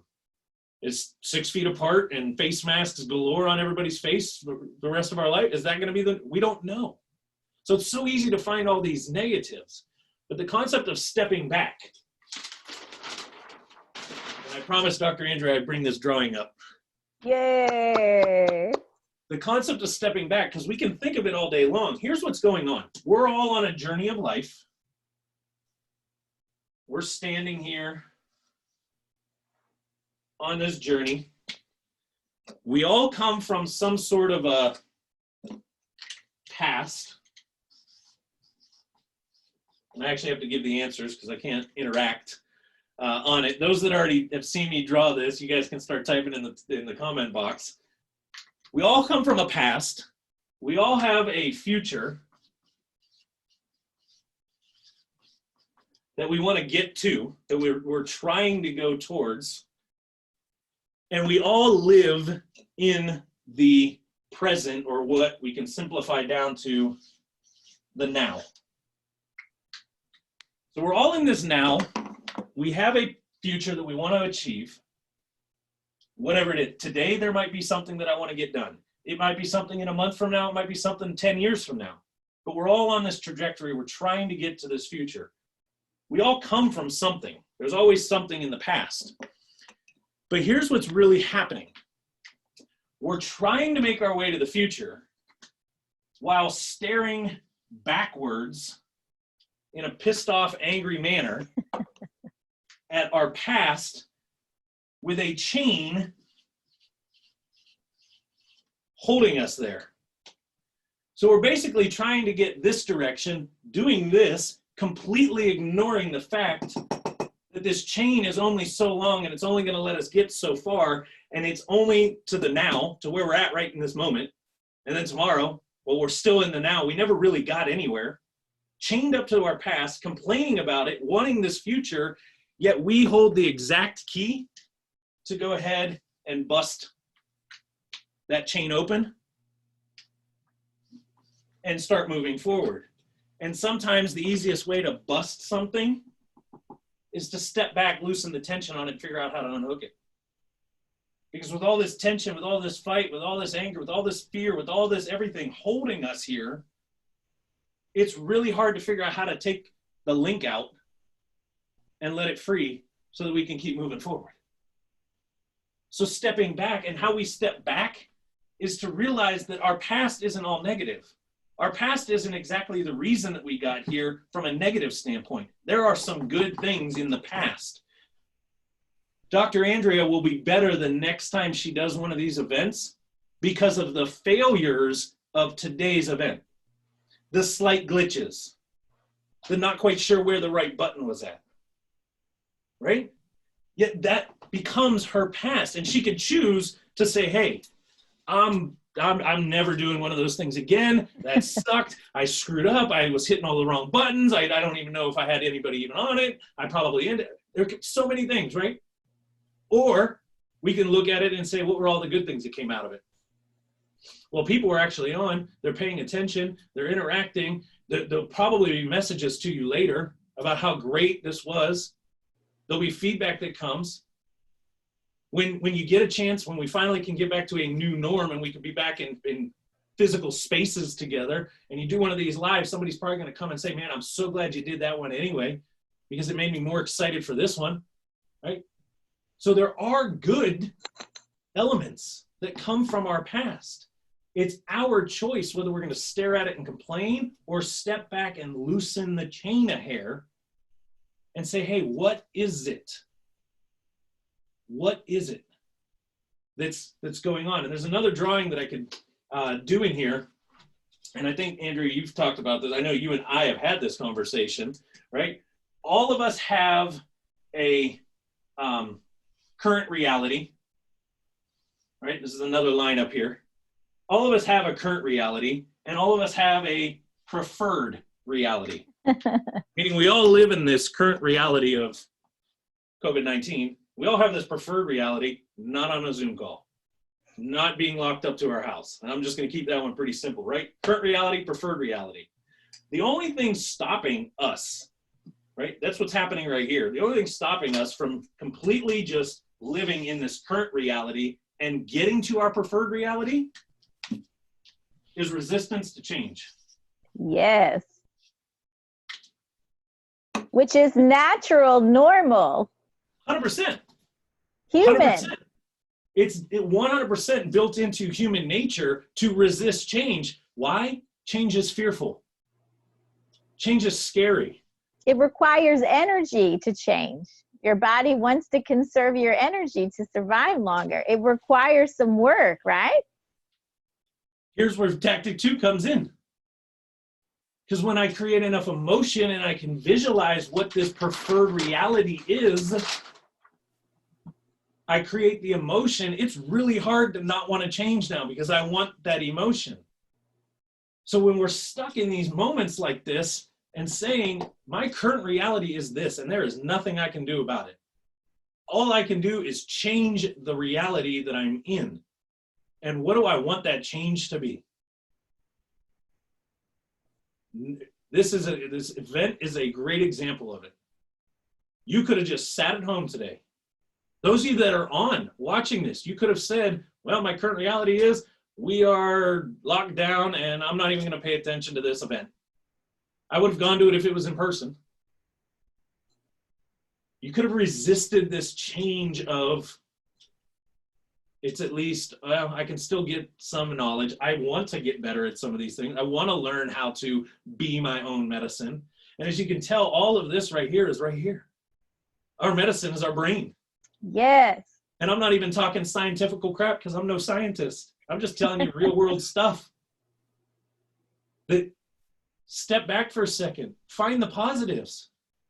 Celebrate those. Use those to unhook. Put emotion here so that we no longer resist it. We want to change, right? This resist goes away and we want to change because we want that emotional feeling, or we want to lose that negative emotion feeling, and we start to get to our preferred reality. Hence, we start moving our way down the path. And I don't know how much more time I have. I know you wanted us to be able to open up to some questions and stuff. So if I'm getting close, just cut me off. Yeah, we're about 10 minutes before the hour. Okay. And so then it would be a good time if anybody had any questions. Anybody can type it in the chat and we can see if we can get you to talk. I had trouble with that earlier, getting people to be heard. Part of my technical experience today. Let's see. If you guys got a question, we can try. As long as they're connected via audio, if they raise their hand and you hit unmute, they should be able to talk. They might have to hit unmute on their end too, but. Yeah. So if you guys have any questions, either raise. I can't see the all the panelists in the control panel, I don't think. Yeah, I have that open. I don't see a hand raised, or you guys can type something in the chat. Let us know. Because, you know, one of the things too is really, this is a grand invitation for all of you to ask yourself these good questions. Yeah. So Loretta said, I love the simple pictures that make it so easy to understand. Thank you. Well, I'm glad you like my drawings because I suck at two things in life, drawing and spelling. Matter of fact, when I started speaking, this was my biggest fear. And one of my speaking mentors and coaches kept pushing me to get away from slides, use the board, use the board, use the board. And I said, finally, I was like, Andy, listen, I suck at spelling and I suck at drawing. He goes, none of us are Picasso. And if you spell a word wrong, who cares? It's boring to spell it the same way every time anyway. Just make it up. Yeah, nobody cares because too, you're such a clear communicator and you have so much real life experience. You're so authentic and you're so passionate. All of these little details don't really matter. I think your little stick man looks cool. Who cares? And I love that you got a compliment about that. It's just like when you were asked to write a book and you're like, I don't write. What, are you killing me? You know, it's so ironic. It's so perfect because it's about the intention. It's about the truth. It's about the authenticity. It's about the passion of having a purpose and want to make a difference. That's all that really matters here. So exactly. There was a question here too. Stephanie asked, how did we meet? So how did I meet Shawn and how has he helped me personally? Oh, that's so big. So I met Shawn. We had both joined in this, I don't even know what we would call it. It's a business owners group. It's like a business owners group. And so we became an accountability group. So we have a call every Monday about this kind of idea. So what are the tools? Are you using the tools? What is your plan? So we can brainstorm, we can inspire each other, we can troubleshoot, and then we can collaborate. And so from us really having this definite kinship that was out of the gate, everything that comes out of his mouth, I'm like, yeah, I totally agree. Absolutely. I was like, well, what do you want to do? We can do something together. So he was having a retreat. The first one was last September, the Unleash Your Inner Lion retreat. And so since we have similar life experiences and perspectives that we've developed because those experiences of how we've chosen to respond to our life challenges, he had invited me so graciously to present some of my material, area of expertise, to his retreat group. But in that experience, I got to be a participant. And, you know, especially since Shawn is an athlete and he's a mountaineer and he has all these amazing skills that I've been too afraid to do since my car accident. I never challenged myself physically, which is against who I am as a person who is an adventurer. From when I was a kid looking at National Geographic magazine, I wanted to go on the adventures that Shawn's been going on his whole life, that he leads his retreat to do. So I went mountain climbing. I climbed ropes through painted canyons. That was so outside of my scope of experience. I was afraid I had torn my right rotator cuff shoulder. I thought I was going to re-injure it. I was freaked out. I had needles in my backpack in case things got bad. And, you know, since him and some of his other participants like Jeff, they're Marines, I was like, well, if it all goes south, they'll carry me out of this canyon. That was in the back of my mind. Well, if I'm going to go and I'm going to stretch myself way outside of my comfort zone and risk injuring myself, which I do not enjoy. I was very angry. I had tore my rotator cuff a second time. I had already done that, didn't like it. But I went anyway, and they took great care of me, and they empowered me, and they helped me reach that edge, which he has another great drawing, right? When I say this in my practice all the time, when we go to our edge and we meet our edge will expand. But we have to have the courage to go to the edge first, whatever that edge is for us. You mean this one? Yes, that's part of what we're inviting all of you today to recognize. What is your edge? So what Dr. Andrea is talking about here is we're all used to our comfort zone, right? And there's a lot of people out there that say the only way to grow is to get out of the comfort zone, and this is comfort, and your growth is way out here, and that you need to get all the way out here to grow. And the problem with this is that right there is scary as you know what. That's a big jump. That's like going parachuting out of an airplane, which I haven't done either. That's just way big. It's like, wait a minute, this is what I'm comfortable with, and you want me to go completely unknown, completely way out here. So think back to, and many of you guys have heard this story before, but those that are on that haven't, think back to when you were a kid. Maybe you learned to swim this way. I know I did. You learned to swim, and our pool had there was a deep end and a shallow end when I was learning to swim. But there was a rope that went across that cut the two in half. And as a kid, my parents said, don't go past the rope. So you would get to the rope because you could still touch there and everything was cool and kosher. And they would start yelling, get back from the rope, because they didn't want you out into the unknown, right? Well, through peer pressure and, you know, friends and you trying to be a little bit more brave, you start doing things like ducking under the rope, and your buddy's like, hey, I bet you can't swim like 2 strokes and come back. And you start doing this. Well, what's happening then is this. When we were getting to the rope, we were basically coming right to the edge of what was comfortable or safe. And then we would slightly do it, right? Friends there, maybe the parents actually said, it's okay, go out a second and come back, see how you do. Controlled a little bit. We were able to start to stretch it, meaning we were able to push just a hair past our comfort zone. And then you started doing that a couple times and you realize, wow, that's not so bad. Yeah. Then before you know it, you're out a little farther and you're out a little farther and you're out a little farther into that deep end.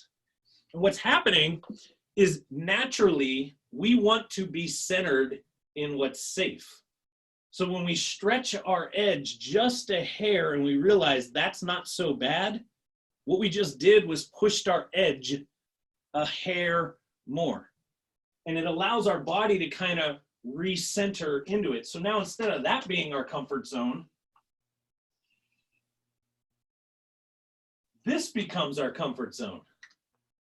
And every time I get to the edge and push just a little bit, just slightly uncomfortable, but not freak out freeze mode, I slowly start growing the comfort zone. And before you know it, and sometimes it shrinks back a little bit. We got out a little too far, had a failure. Whoop, come back right here. Re-go to the drawing board. But if I can get out here, feels okay. Guess what? My circle just got a little bit bigger. And that's actually what we do at the Unleash Your Inner Lion event, is get Yes. you sometimes to the physical edge, right? Yes. In the case of this last one, taking you guys But for a it pound. is, but it's a metaphor for every other area of our life. It's a metaphor for every other area of my life. 100%. Because now I am much more comfortable being uncomfortable. And I have fewer limits now. And so I can go further to unleash myself, my highest potential. I can live into it. Just that little bit more, one day at a time. One moment like that exercise at a time. So that's why I work with Shawn. I'm friends with Shawn. I'll support Shawn. I'll do anything Shawn asks me to do. I'll be at all of those events because I want to live in that place where I'm comfortable being uncomfortable. Where each day, each moment, each hour of the day, I take control, I get in the driver's seat, and I live further into my highest potential. And he helps me do that. That's how he changes my life. He inspires me by his example because he lives that. And he gives me opportunities to find that power within myself. And now too, we're 1 minute away. So everybody, how do they find you, Shawn? Now they can come to the next Unleash Your Inner Lion when we're outside of this, right? Shelter at home. Yep. Hopefully, right, by next September, right? That's the plan. They can go to your website, right? ShawnTiberio.com, right? Yep, or just, how do you draw the @ at Shawn Tiberio? Yeah, online at Shawn Tiberio. He's in the links of the Facebook post. You can go to his website, ShawnTiberio.com. You can get his awesome book on his website, which I truly highly recommend. It is a workbook. I'm doing the work. I'm answering the questions. I got my little bookmark on my little questions. I got to live up to what I wrote down now, right? I love it. And the easiest way to get to the book is just fortifyingyourmind.com. And Shawn is so cool. When you get his book, which is only $25, he has offered to have a talk with you. Mm-hmm. So he will talk to you about, again, your inner GPS. Where is your location right now? Where is it that you want to go? And what his gift and specialty is giving you the battle plan and the pathway to get there. And he's actually throwing that in with just the book for $25. You can talk to him about who you are, where you're going, and what are your steps going to be to move forward. So, thank you so much. You completely rock, Shawn. Yes, Stephanie, big hearts back to you. Big hearts. I'm trying to read some of the comments that came in there. So, yes. Again, thank you. Thank you for having me. I know you got MJ coming up next. Yes, I want to introduce everybody to my other brother from another mother who is with Shawn and me in our business owner group, accountability groups. Made a huge difference in my life too. That's the point of today, to share with you guys my support team and give me my gasoline of emotions to keep moving forward. So thank you again, Shawn. Thank you. And you guys enjoy the rest of your day. And yes, you too. Thanks for your time. Take care. See ya. Bye. So now I'm going to get in here and I want to go into MJ here. We're going to unmute you, MJ. And I want to introduce the wonderful Michael Jaselowicz. Oh, well, thank you. Can you hear me? I can totally hear you. Awesome. I wanted to make you a panelist so that you can share your slideshow and control the screen. I was trying to get to that button so that you can drive us on your great hope train. A good nickname for Michael here is that he is a hope dealer. That's HOPE. And we all have these moments where we need to resurrect our hope. Yes, hope dealers. It's funny. I was just saying that I'll apologize in advance. The internet in Vegas has been a little odd. Obviously, there's a lot of people online nowadays. Yeah. And it went completely out a few days ago. And, my. So let me know if you're not. It all looks great on my side. Just let me know if I need to stop at any time and re-say anything. Okay, we'll do. Well, so far you're looking good, you're sounding good, and we got you here. So let's make the most of it. Well, So thank you. I'm so honored and privileged to have you here with us and share you with this community. I'm so grateful for your presence in my life. So Michael Selowicz, also known as MJ, the Hope Dealer, I'm is a the hope success dealer. coach. He is, and that's how he Rolling is up a the hope. really wonderful success coach, because he helps you resurrect your hope and your faith within yourself. And he's done that for himself. So his story, growing up lower middle class, 20 miles north of Boston, was where MJ found his first hint of entrepreneurship. When he was a kid, he would go Was. and buy candy, 2 hot balls for a nickel, and sell them. He would double his money, sell them for a nickel each in school. That's right. Smart businessman. He knew the demand, right? He knew the popular product. He knew where to get it. It was great. And then he finished at the top of his class. And then what's so interesting, like what Shawn was talking about earlier, he had all this wonderful opportunity of scholarships, but he gave up those scholarships and he decided to enlist in the Air Force, where he eventually earned Airman of the Year, a huge award of distinction. That was an honor. And then, also as a kid, with his experience, with his first job besides his own candy business, working as a dishwasher in a restaurant, he really started to fall in love with the restaurant business. And so throughout his Air Force training, he was learning everything that he could about the corporate world so that he could then open up and run successful restaurants, which he did also do.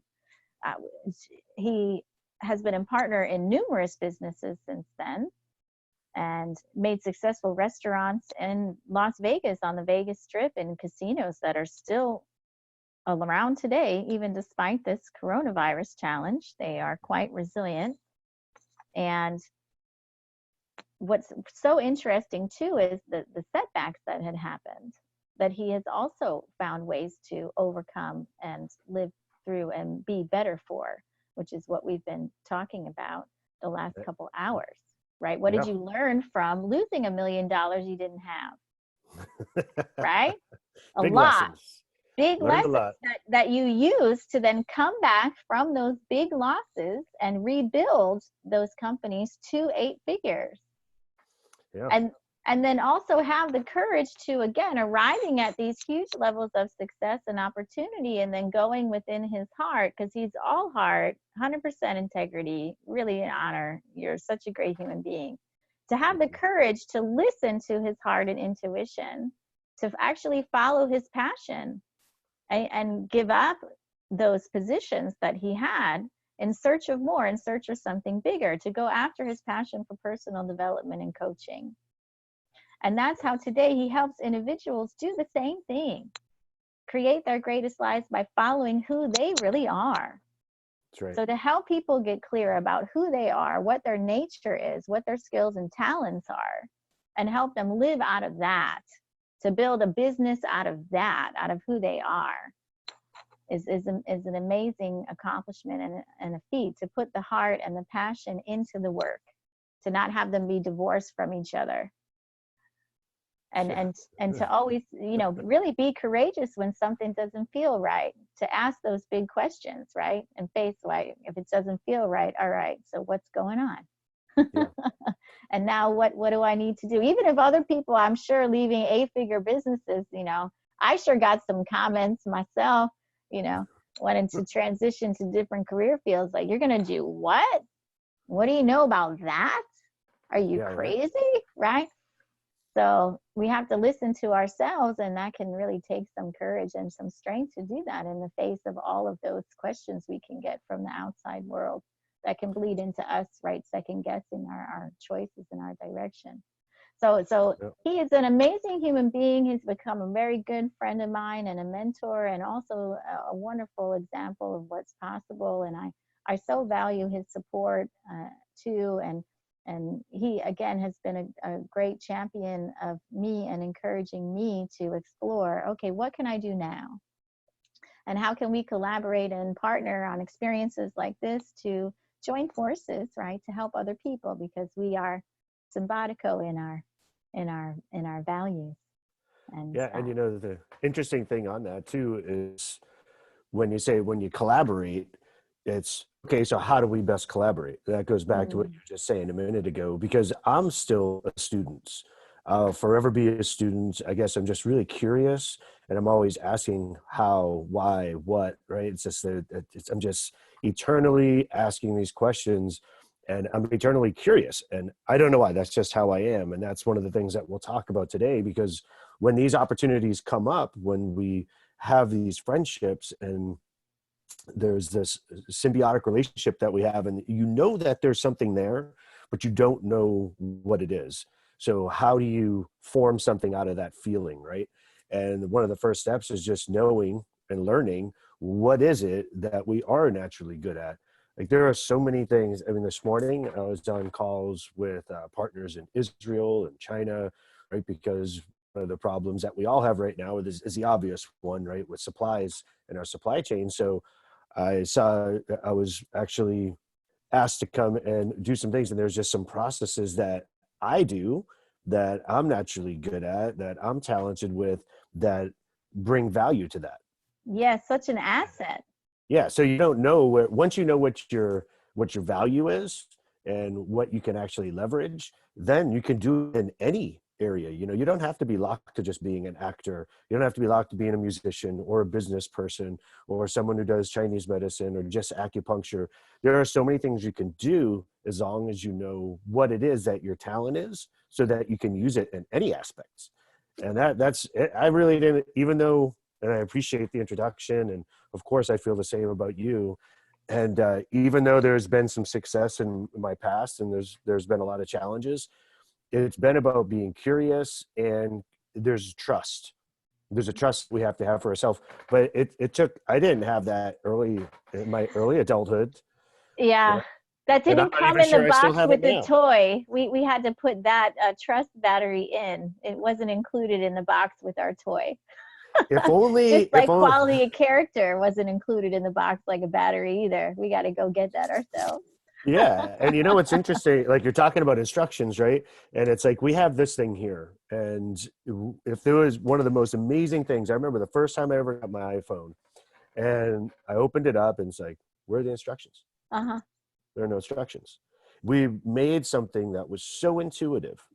And yes, there are some steps that it walks you through, but this thing is so intuitive that we can trust it, and it does its job in a really exceptional way.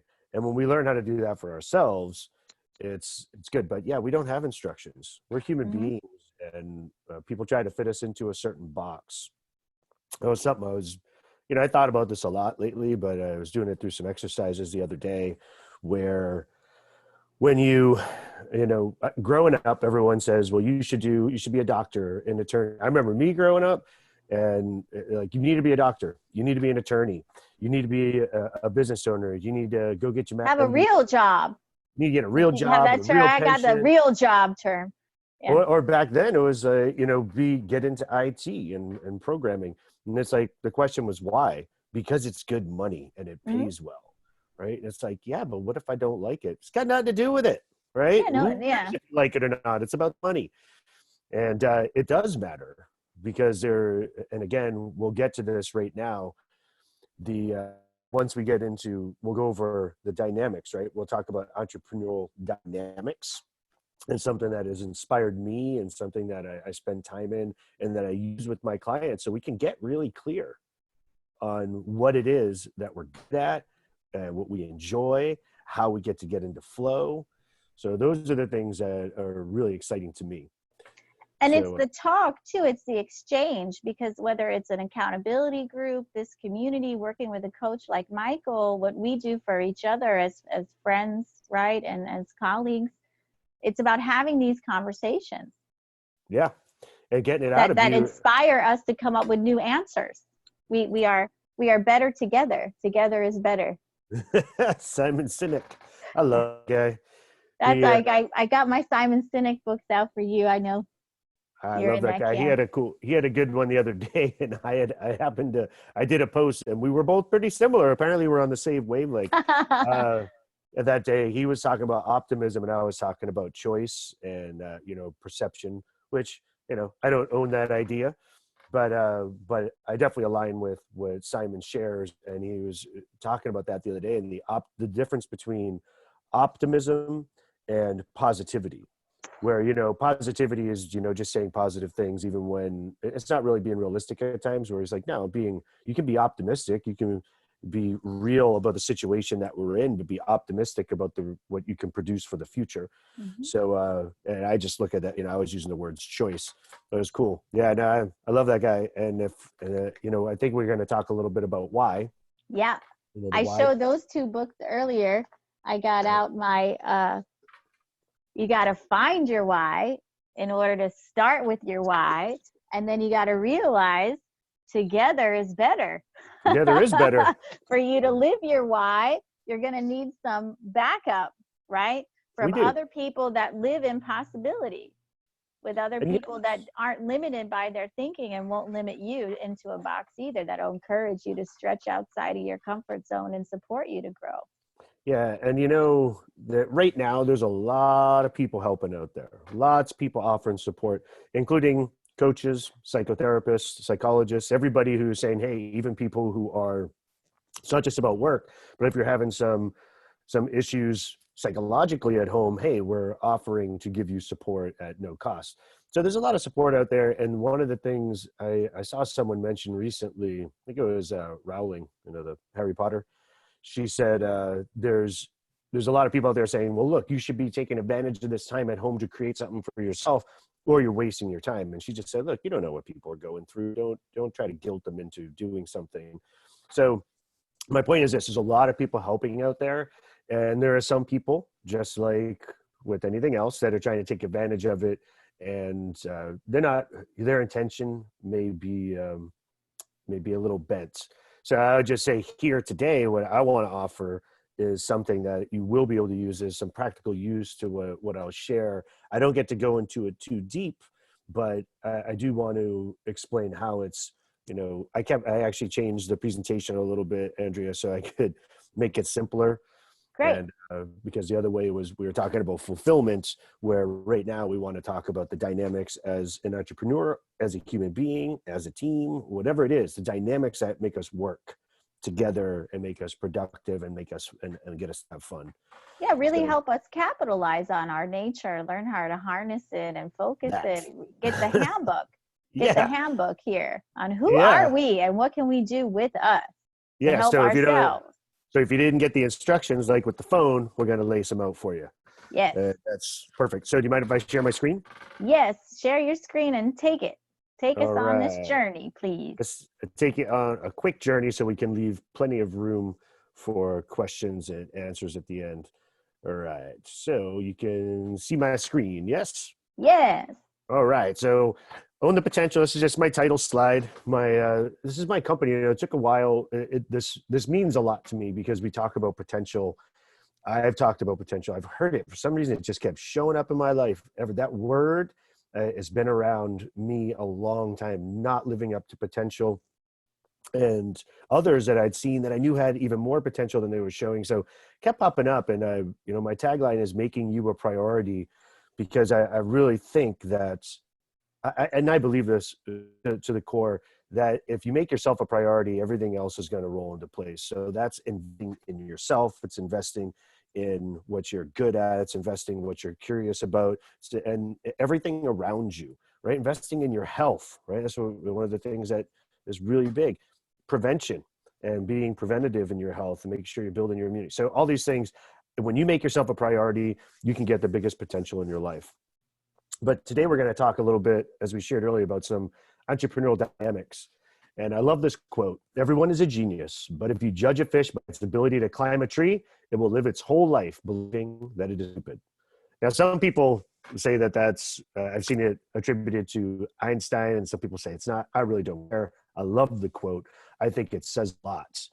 And that was when we were just talking a moment ago. That's what I was saying when someone's like, look, you got to be a doctor, you got to be an attorney, you got to get into computers. That's the future. And all these different things and different ideas, they weren't, if I had followed any one of those and I hit a roadblock, it didn't have any, it didn't associate what I loved and what I was good at with what I'm capable of. So what we're going to talk about now is about the flow, because you put that fish back in the water and it just naturally is going to swim. It's naturally going to breathe. There's not going to be a self-judgment on anything. So that's what we want to do with ourselves, put ourselves in the environment that can allow us to be able to grow and prosper and have fun. Like, that's the other thing. Whatever happened to fun? So one of the tools that I use is there's a gentleman, Roger James Hamilton. He's a mentor of mine, and he has entrepreneur dynamics. Now, what it is it's more of a business development system, but it's also a personal development system. And it kind of empowers you so that you can be more productive. And it does it by measuring the trust and the flow that you have in life and in your business, between and your teams, with your leaders. And a subset of this is the wealth dynamics and the talent dynamics. So the wealth dynamics is personal, right? And the talent dynamics is as a team. How does your talent fit into the dynamics of a team? So the system kind of includes, there's a profiling tool, and it measures the level of the trust and flow that I was talking about, because that's really what it is. It's about flow.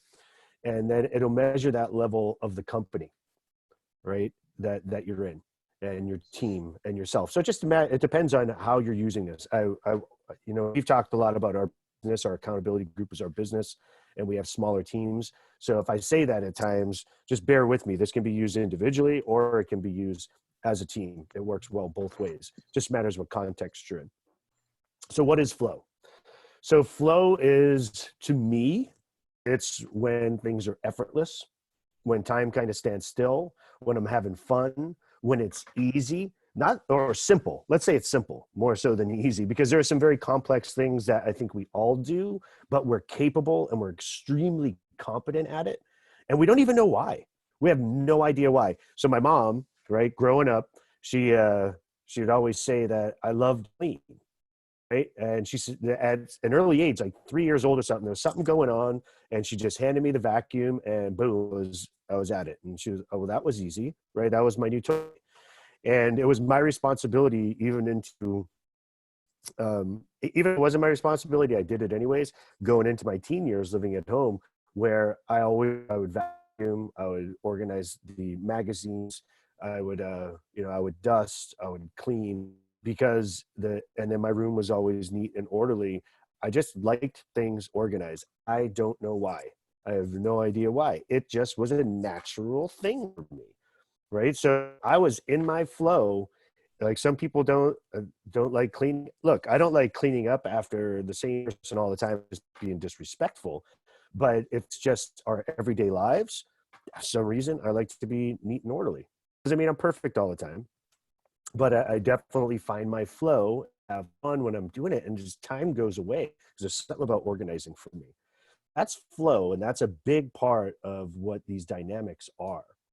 Walt Disney said, of all the things that I've done, the most vital is coordinating the talents of those who work for us and pointing them towards a certain goal. So talent, it's not just what you do well.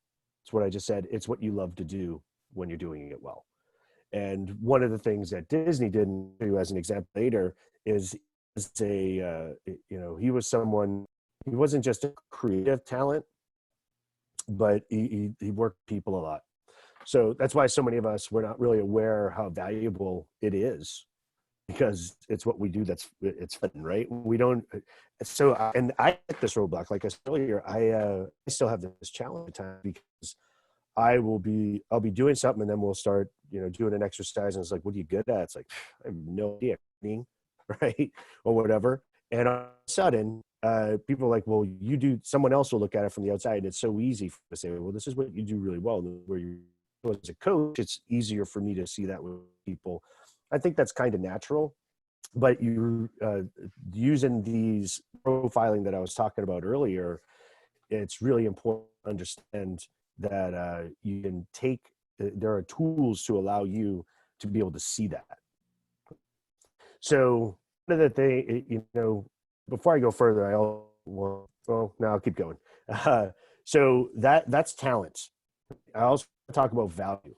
So value is kind of the level with talent, the value of those around you. So what I just said is, how does it bring value to a situation? So you as a chiropractor, as a doctor of Chinese medicine and an acupuncturist, the value you bring to people is diverse, right? But it's, you got to do with pain, right? Reducing pain, getting healthy, staying healthy. So there's a ton of value that you bring, and you recognize that. Back people who don't understand what their talent is yet, they can't really measure their value. But when you use something that allows you to recognize that talent and understand what your value is, it's got to be leverage. And leverage is really, that's what's going to be able to create wealth in a lot of different ways. Wealth isn't just money, right? Wealth is opportunity. Wealth is abundance. Wealth, it could be family. Wealth to me is when value times leverage, right? That's what wealth is. And wealth, one of the ways I like that I've heard wealth explained means a lot to me. It was, what do you have when you don't have any money, right? That's your wealth. So if everything was taken away, very similar to today, what's going on today with a lot of businesses, right? How wealthy are you even if you have no money? When all the money is taken away, your job's taken away, what is your wealth? And that's really what this is all about. You got to, once you know what your talents are and you know what your value is, you can leverage that and you can create wealth at any time. That's why they say things like you can take all the world's wealth, right, and distribute it evenly. And within the next few years, the same people who have it now will have the same proportion again, because they know their value and they know how to leverage it. So the tool that we use is, I like this graphic. There's a lot going on here. And you and I have discussed this, where, what we've done with entrepreneur dynamics, wealth dynamics, it's taken the ancient history of the I Ching and the different elements and brought it into a tool. You might call it a profile test, but it's more of a business development tool so that you can understand your talents better. So all these modern psychometric tests, from Myers-Briggs to DISC assessment to colors, all these different ones, right?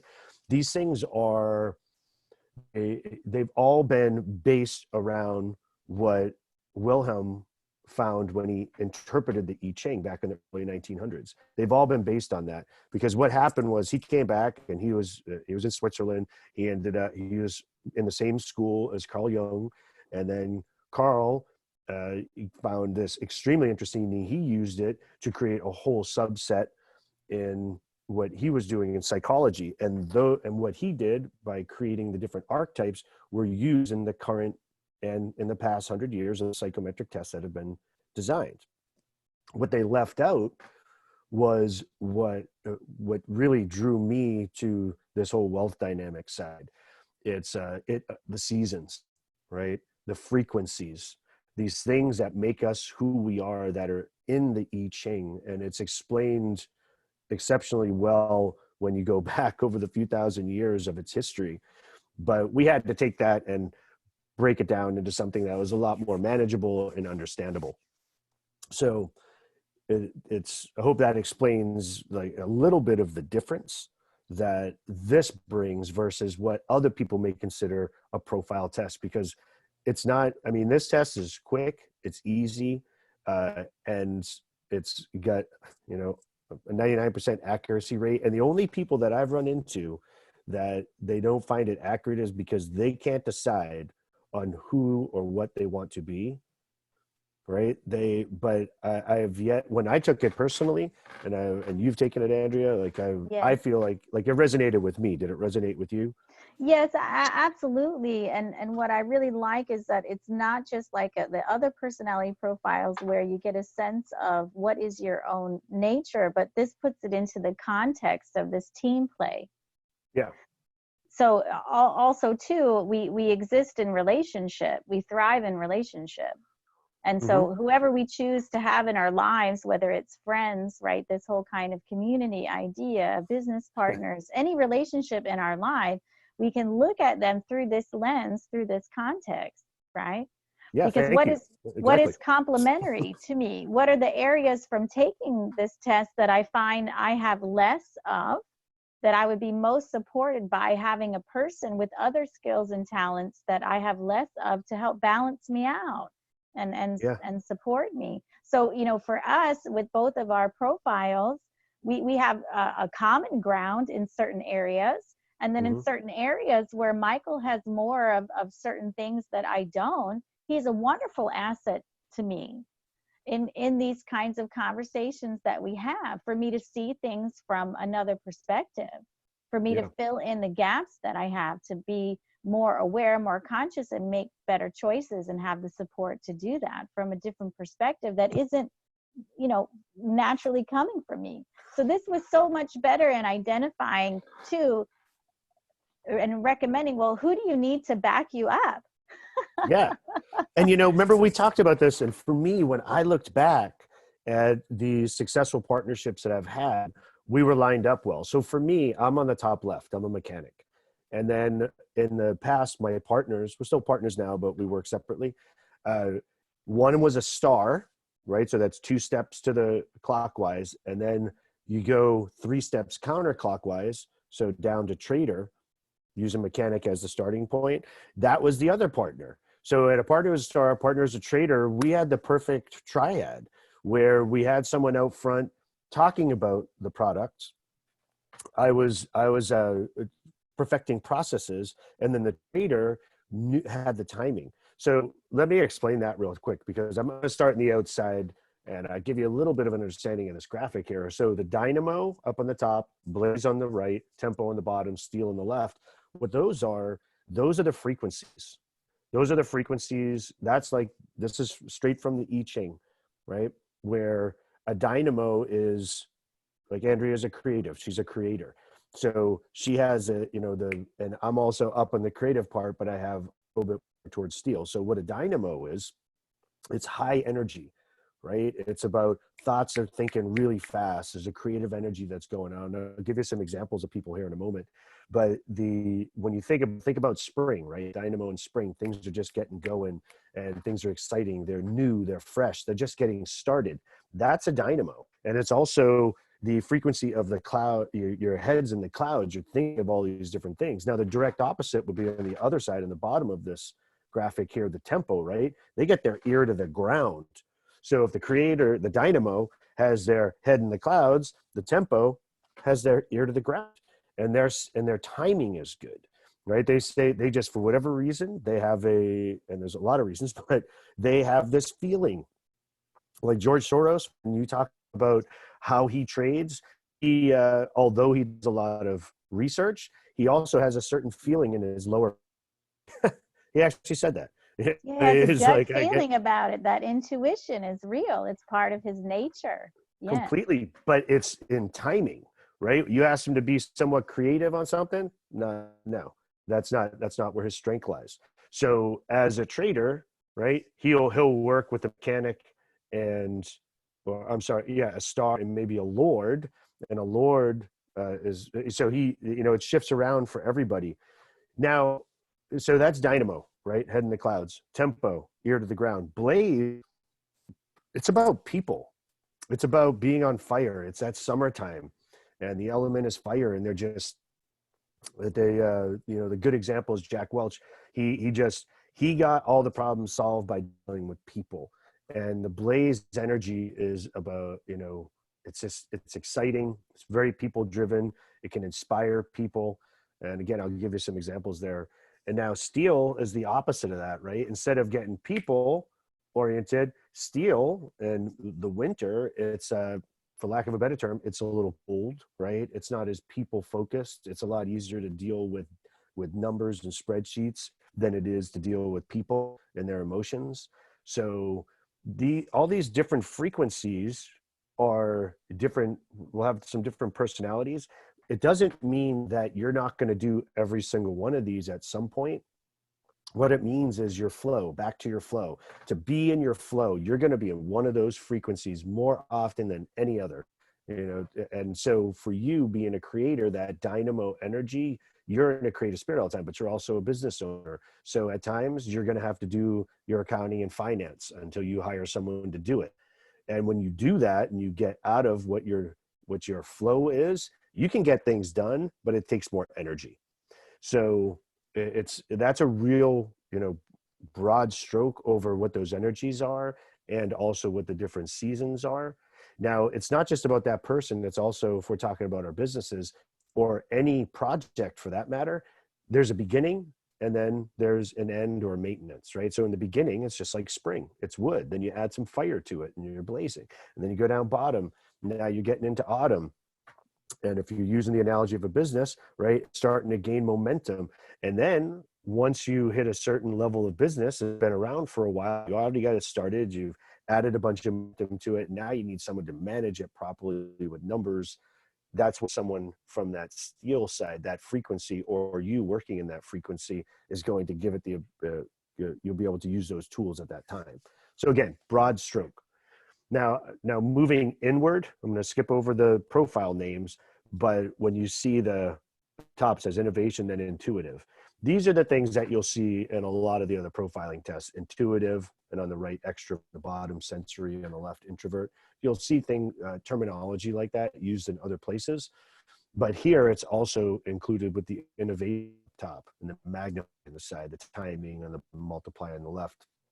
The ways that the different profiles will use their talents to improve their situation and their flow or their company or their whatever they're working on. So, and I'll apologize in advance. I can't get too deep in this because again, I want to be able to answer some questions, but also I want to give you some examples here in a minute. That V times L, that's what I mentioned earlier, value times leverage, and that's wealth of this whole thing. What are you guys saying? I wanted to say, just to give a practical example, Mm-hmm. when you realize from taking the wealth dynamics test where your dominant elements of your being are, where your nature Mm-hmm. is, it also can help you make choices about when and how you do things. So going back Yeah, to for exactly. this example, so I have been my own bookkeeper in my own business. I've been doing my own taxes for 25 years.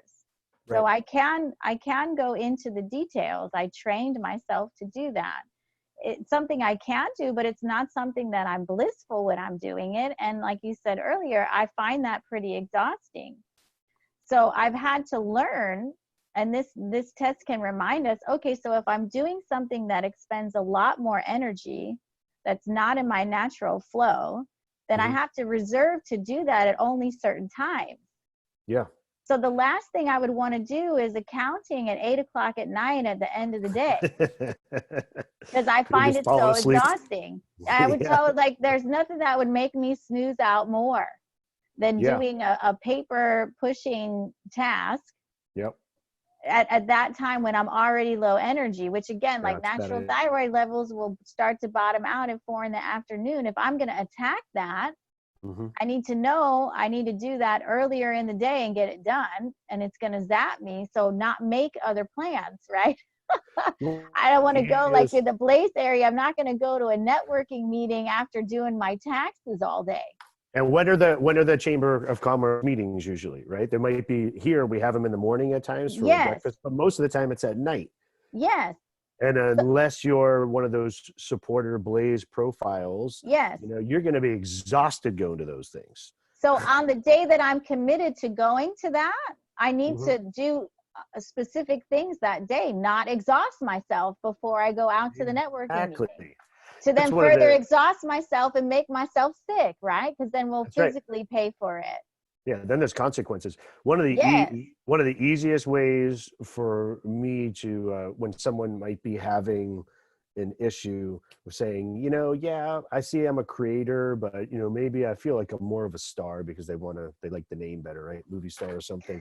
And then but then it comes down to a very simple question. Okay, when you're working, like for you, right? Well, you're a creator, that supporter role with the networking, going out and getting stuff done.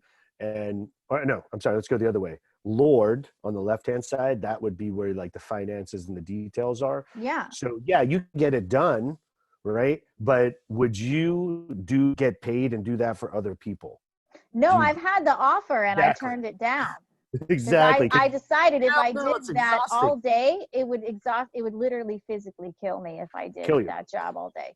So for me, working in service industry and being up front, leading teams of hundreds of people at a time, what I realized, and this is before I took the test, I knew that I like to do in processes and everything, but I always had to do things like, working, we'd have 1,000 guests throughout the entire day or more, maybe a few thousand guests in certain locations that I'd be managing. And I'd have to be there on Saturdays at times. And we'd literally have hundreds of parties, and it's just mayhem and it's exhausting. And there's always fires. Can I do it? Yes. And they're like, well, you're good at doing this. That's why I'd be hired to oversee the teams. It's like, but it exhausts me and I don't enjoy it at all. Can I do it? Yeah, I've had to train myself to do it. But this is back to what I was talking about in the beginning, just like growing up and someone says you have to be a doctor, an attorney, a lawyer. So they're like, no, this is what you're supposed to do. You're good at it. It's like, I am telling you, I do not like this. It's exhausting to me.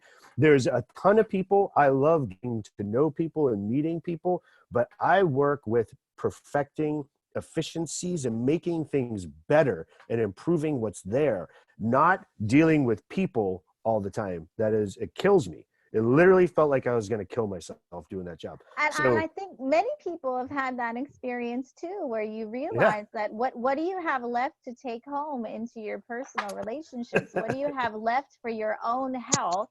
I had nothing. If we put it all out on the table in these jobs, yep, then there's nothing left for us. And I have personally, physically run myself into the ground as far as my health is concerned. By being locked into that kind of position, that was not the right fit. Good. I exhausted myself. No, and I've done that my entire life, chasing, chasing certain things because of dollars. And when I was meditating at one point, it came through my head. It's like, if you continue chasing money, you'll never be fulfilled. And fulfillment is like happiness and everything else, and enjoying what you do and working in your talent. So when I saw this tool, and you've seen me do this, where it's so exciting for me because it brought so much clarity for me. And I have yet to see anybody that, and if utilized properly, that it can't support you. I did this and I stopped everything I was doing and said, I got to redo everything. Mm-hmm. So I have a slide in here that just says, you already introduced me. But, I am a certified flow consultant for doing these things. As you shared, I've been a partner in 5 different companies. I've trained over 1,000 business leaders in effectiveness, sales, marketing, operations. Myself and my teams have been responsible for over $100 million in new revenue. I did get Restaurateur of the Year and Airman of the Year. So I like putting this in here just so you guys know. It's like, I'm not just, I've had to live through these down times like the rest of you, and I've taken it on the chin. I have lost that $1 million I didn't have. We did it in a few different ventures that we lost it, and we had to come back. So I'm speaking from experience, and this is why I'm so passionate about sharing it. So this is what I want to share about just some examples. Whether you like these people or not isn't the point. It's more about who they are and what they represent. So when you talk about on the top, right, you have Mark Zuckerberg on the left as a mechanic, you have Branson as a creator, and you have Oprah as a star. They're all on that dynamo energy, right? Head in the clouds, creative, but they all do something just a little bit in a different way, right? So Oprah, right? Let's use Oprah as an example. Her value comes in her self, right?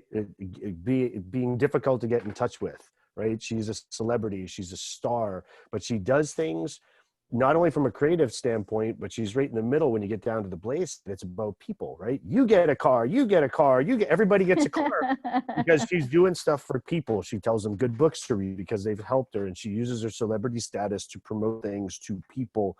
And she's just enigmatic and magnetic. People love her. Branson is, he's, creators, and this is a good, case study for you, is he's so creative that he realizes I am not somebody who's going to get into the details like the Lord all the way to the left. And I'm not going to do that because it's a waste of my energy and my time. If I stay in my flow, I can create more. And he has hundreds of companies and he has other people running. Yes, he makes decisions on a global level, but he doesn't run and do the daily operations and things like that. And then Zuckerberg, what did he do? He took MySpace and everything else and he improved it so that it could work better for, he saw where the opportunity was. And that's, I'll use that. That's the example for me where I can't help it. It's someone gave the example the other day. This is very well intentioned, by the way. I don't offer advice to like feedback just because I want to be an ass about it. I do it because I honestly see opportunities for improvement in things. So I went to a friend this is before we went into quarantine. He did a presentation and then I took like 3 pages of notes over like a half hour. And when we were done, he was like, "So you have any feedback?" I was like, "As a matter of fact, I do." And I wasn't You're doing it. such a great asset. It's so contributory. It's But I so didn't realize that. constructive. Yeah, and it's constructive. But some people look at that and be like, "Oh, this holier than thou type." It's like, no, that No. is not where a mechanic is coming from. Not just me, but all the mechanics. They're like, no, that's just like you just can't help it. Just like a creator like you can't help the ideas. Just keep flowing.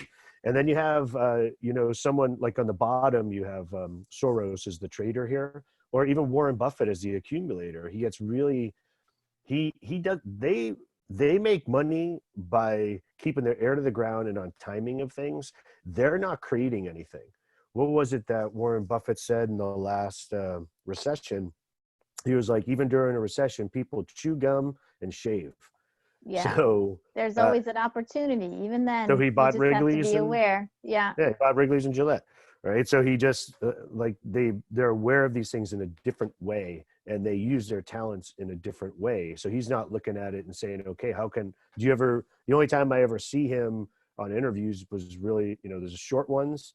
He's not exciting to watch, right? He's a very brilliant man, but it's not like Oprah, right? That just is, draws attention and other people like her. So, so that, all that considered, those are just some examples. Again, don't have a lot of time to get into it. I just want you and I were easy to use as this.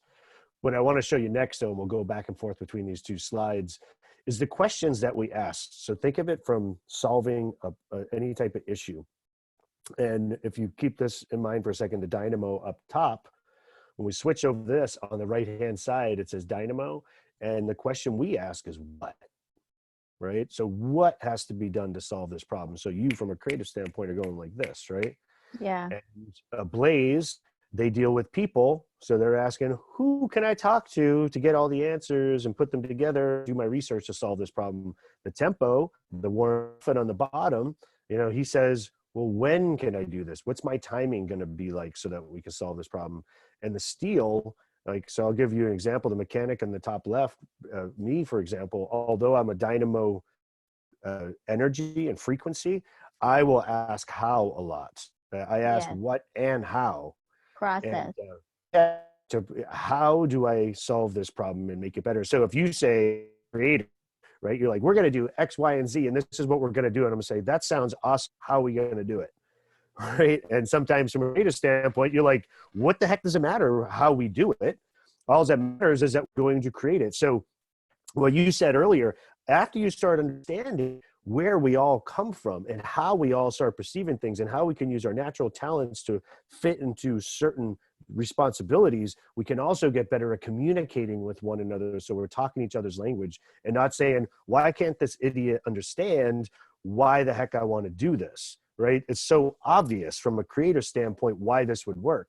And then you get Warren Buffett over here is like, yeah, the timing's crap.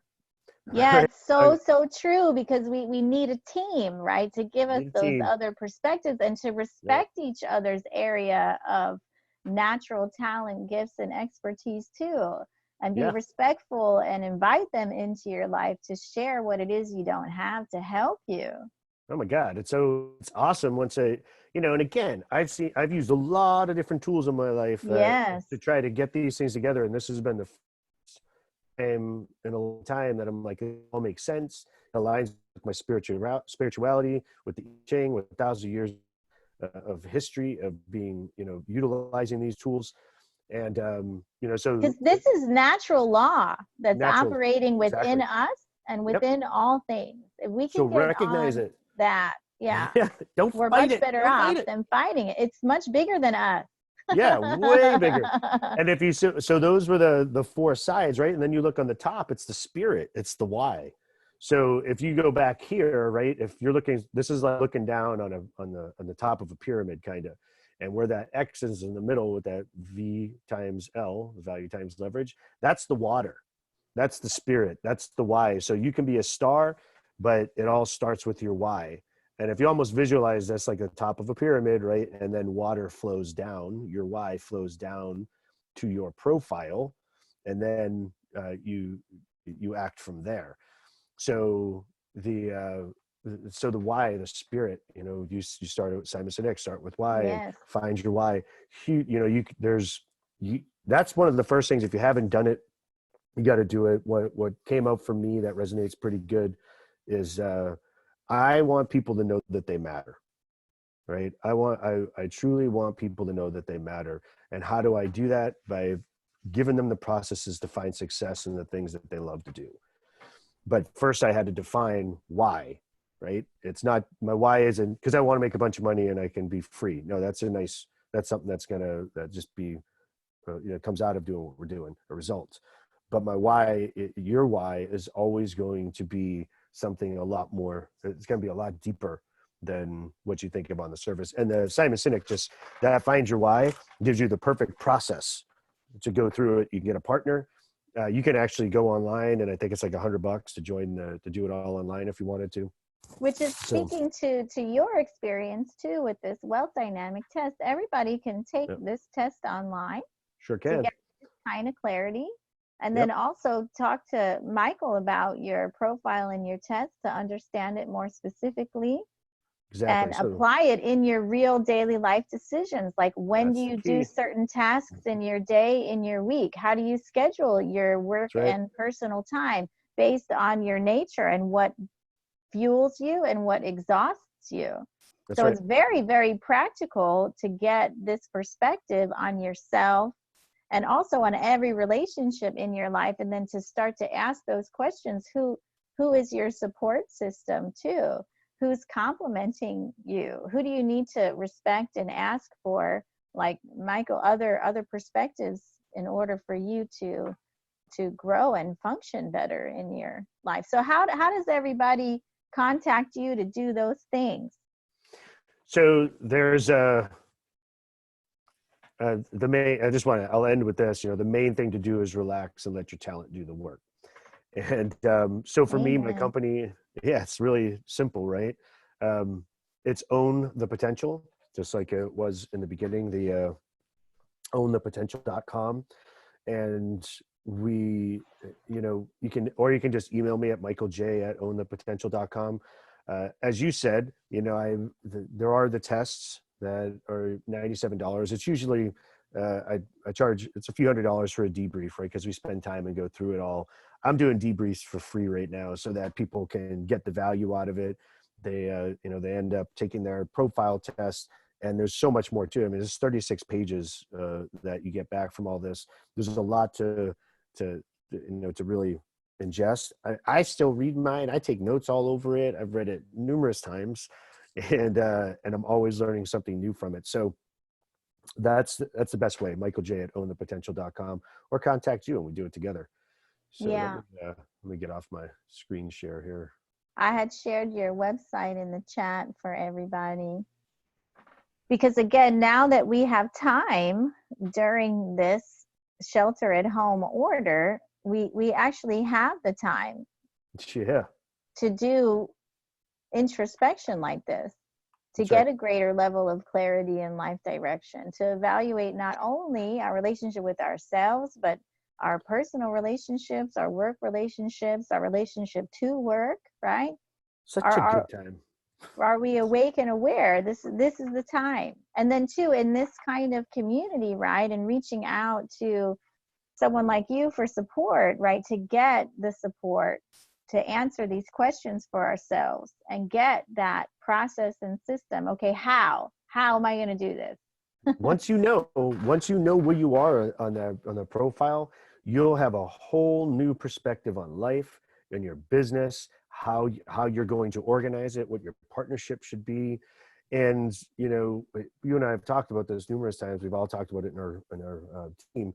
Is the reality of where we are at right now is that normal will look very different when we come out of this. So you have an awesome opportunity to reinvent yourself. Yes. What an amazing, and it doesn't mean you have to change careers. Maybe it does, maybe it doesn't, but you have an awesome opportunity to define what is really your natural talent.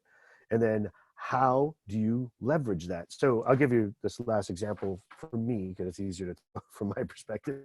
But, Ray Kroc is a good case study for me. Because whether you like McDonald's or not doesn't matter. What matters is he's 52 years old when he finally hit it, right? And what he did, where he found success, was someone else had this great system and this great idea of how to have a fast food restaurant. And then he knew people on the franchise side from all the years working with his attorneys. And he created the process to franchise them and bring them together. And his process in the middle is what he leveraged. And then how he made processes better for the supply chain for McDonald's is what made it unique. So for me, I own that process in the middle, right? I don't necessarily have to create something new. I don't necessarily have to be an attorney. I bring them together and then improve all that in between. For you, it's about creating, and you own what you create. You're a creator, right? You own your intellectual property. And so once you define these things and you know where you are on that spectrum, now you can go and you can use it to your advantage. And now is an awesome time. Take advantage. Don't get sucked into, like, I watch the news to be informed in the morning, and then I go on with my day. Yes, we had talked about that earlier. I had brought that up too. Limit your news time because it's very emotionally triggering. So much of it is fear-based, disaster-based, and it will exhaust you and leave you in a state of total fight or flight, sympathetic nervous system response that's not creative, not productive, right? So again, be informed and then move on. So how can you show up for yourself while you're in this shelter at home shutdown? What can you do to gain more personal power, gain more clarity, right? Wake up, make some better decisions. This is the time. It doesn't just have to be binge watching Netflix all day. Gets nothing done. We talked about this because you do the passion test. Not that I don't enjoy movies. I'll watch a movie, but just not all day. Right. Can't do it all day. It's a waste of brain. So we talked about what I do with my clients. I love, so talent dynamics, what are you good at? Passion test, what you're a facilitator of. What are you passionate about? And then one of the other ones we added, and by the way, some free tests, anybody who wants to do it. The other one is, there's an impact test. Where are you at on your business level, right?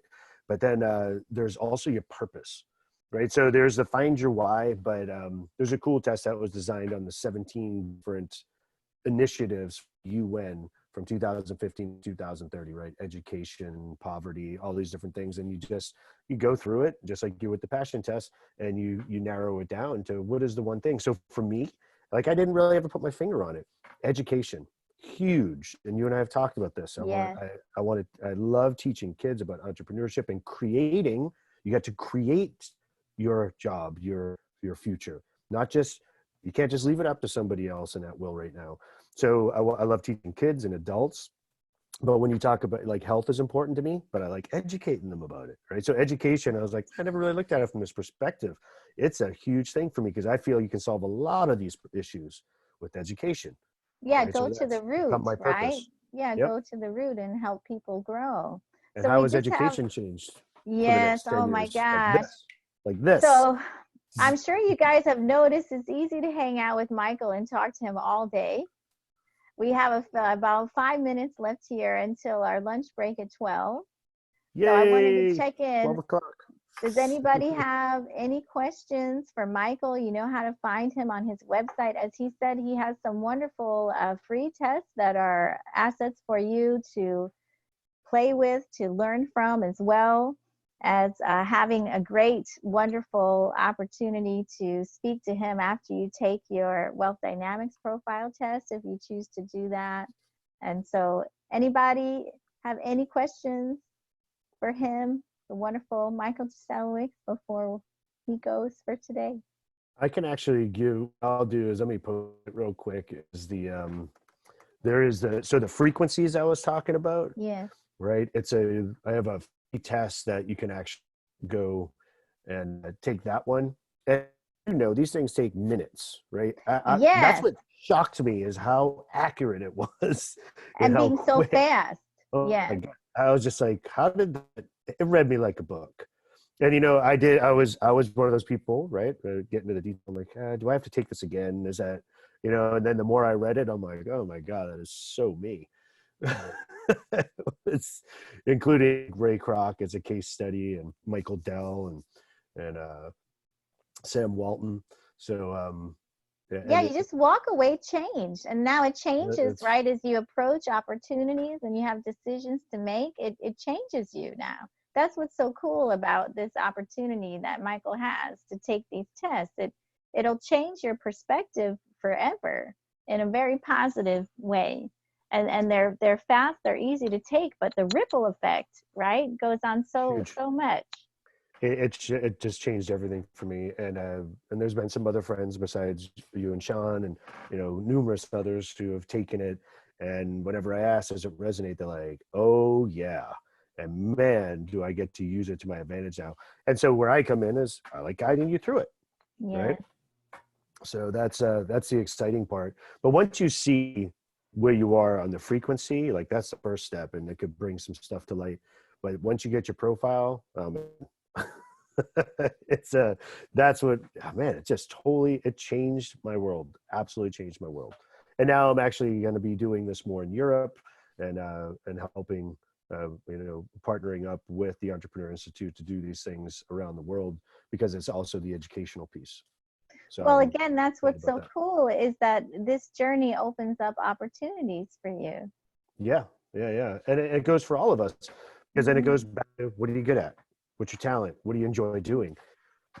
So as much as I enjoy speaking, right? Like that's getting too much into it. But someone might say, well, if you're a Lord, how can you be good on stage? It's like, well, if you're talking about things that a Lord's passionate about, it's a little bit different, isn't it? So you're going to work in that different profile in the things that you're passionate about. So that's getting way deep into it, but it's really, yeah, I get to use it, and I'm excited about it. And the educational piece is huge. I just can't wait. I want to teach kids, like give them this opportunity to create for themselves in the future. That is awesome. Yeah, and they'll eat you up like candy. That'll be such a perfect fit. That is awesome. I get to wear shorts and t-shirts every day. I love it. So thank you so much for sharing this. I'm so excited for everybody to have access to this and to know you, and now understand you're a resource for them too. And I'm so grateful to you for all that you do for me all the time, all of your support and insight. It's been just life-changing and priceless. He's helped me define my next steps in my process of how can I use my skills and experience to contribute to society? What can that look like for me, and how to actually get it done? And then you keep throwing ideas at me. It's like, you should do this and this and this, and I got lists now. So it's just you could do so many things. Oh my God, it's but so you much guys fun. like, this is how it works, right? We have the different profiles working together. And, yes. In community, we're a great team. Yeah. So we just get to keep hitting the ball back and forth, and also enjoying the process, enjoying the game. Game. That's it. Yes, it is. It's fun, isn't it? It's a fun game to play. Of personal discovery, and sharing that personal discovery, and helping each other live our life to the fullest, full out.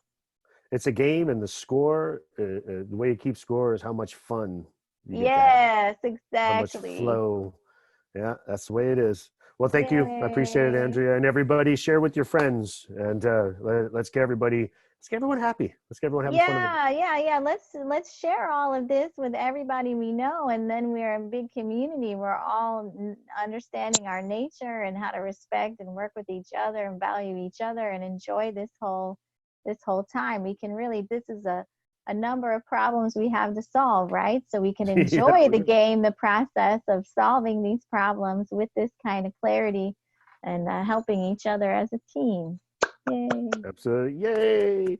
All right, everybody, enjoy your lunch. Yes, Appreciate we'll the have a time, lunch Andrea. break. Thank We'll you. see you all back at 1. Thank you, everyone, for coming and sharing this quality time. And I'll see you in a bit. enjoy that little break. All right. Bye-bye. Right. Thank Ciao. you. Bye. Bye, everybody. See you. So there is the second link for the afternoon session that's going to be on my Facebook page. That's also in the original invite. And I'll share that again when we come back. And I'll look forward to seeing you all after we've had some lunch and a little break and got to chill out. And you can have this time to do some processing and think about what are the great questions that came up for you and what would be the next steps of support for you. How are you going to show up for yourself, and how are you going to get support from our community? You show up for yourself. You can ask some good questions as you're enjoying your lunch and your break time, and then we'll get back together in an hour at 1. And I'll have us do, when we come back, we can do some movement. We can do some yogong. I like to call it, it's a mix of yoga and qigong after lunch in case we get a little sleepy from eating. We can come back to ourselves and then go into some other tools for you to help your body. So we'll take care of our body this afternoon after we've been spending all this energy tinkering around in our heads and thinking all these deep thoughts. We're going to go give ourselves some gasoline in the afternoon. So thanks again, everybody. I look forward to seeing you at 1. Bye-bye.